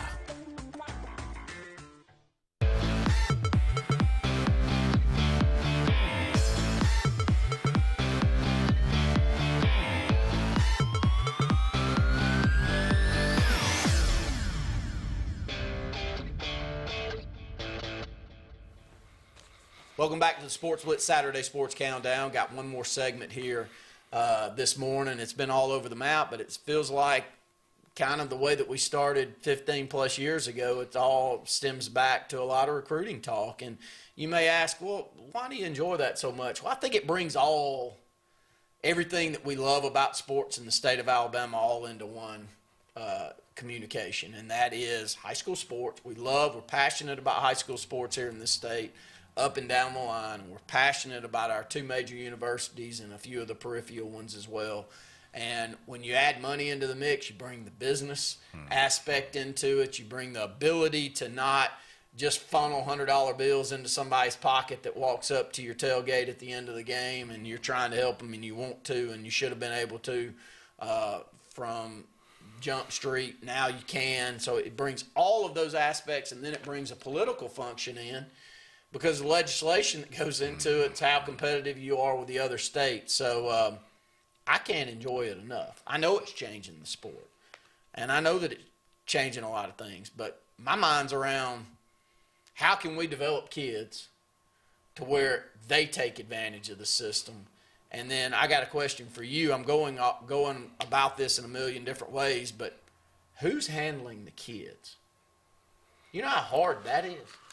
You know, it used to be Uncle Joe handled the kid, and you had to figure out who Uncle Joe was, or who the mama was, or who, you know, the brother or the sister was that, you know, kind of had the ear of the prospect.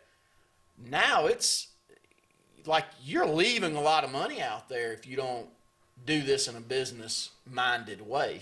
So who's handling the kids, guys? So now you could sign with an agent if you chose to. So you could have, well, I guess you could actually in high school. I think my understanding is that agent can't be the same agent that you used to go to the NFL. That's it. So that's the only difference. So that part I don't really like.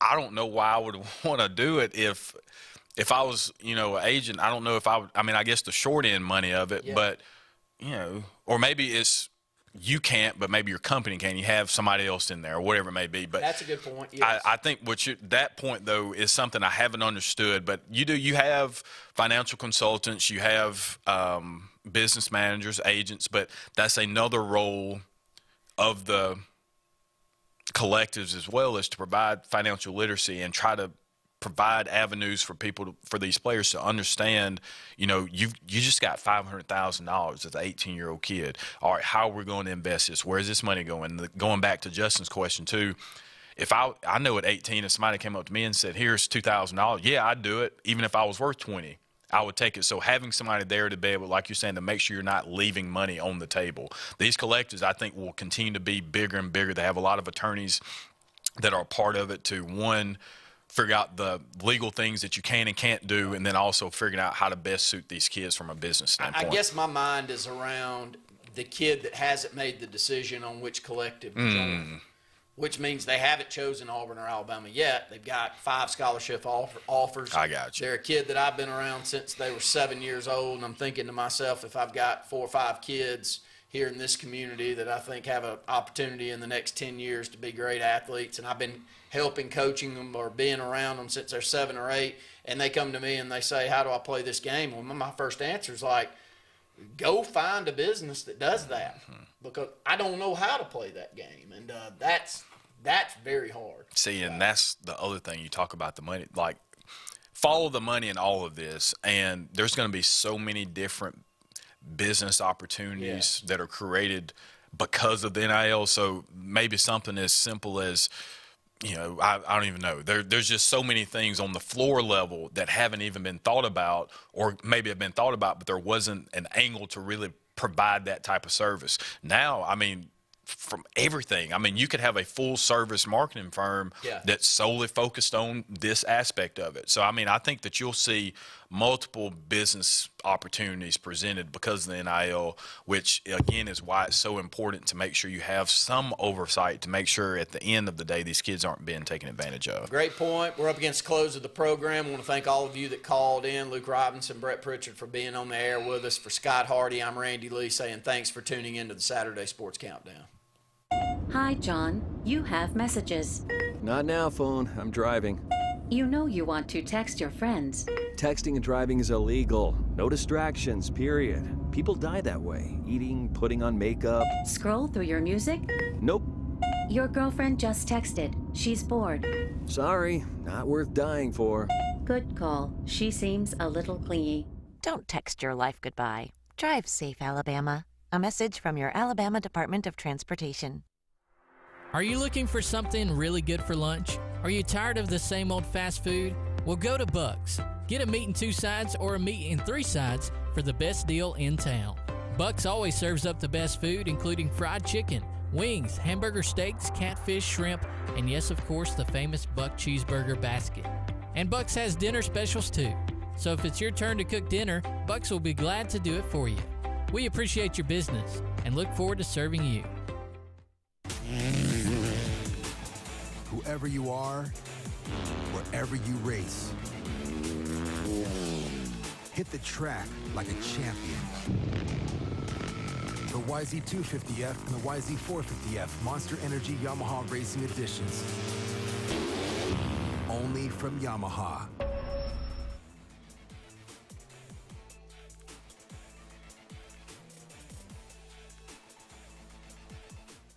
Tails are wagging and pets are bragging about Zoom to Groom. Columbus, Phoenix City, and Smith Station. Zoom to Groom comes to you. It's mobile pet grooming from the comfort of your driveway. Schedule your appointment now online at zoomtogroom.net or by phone at 334-740-9909.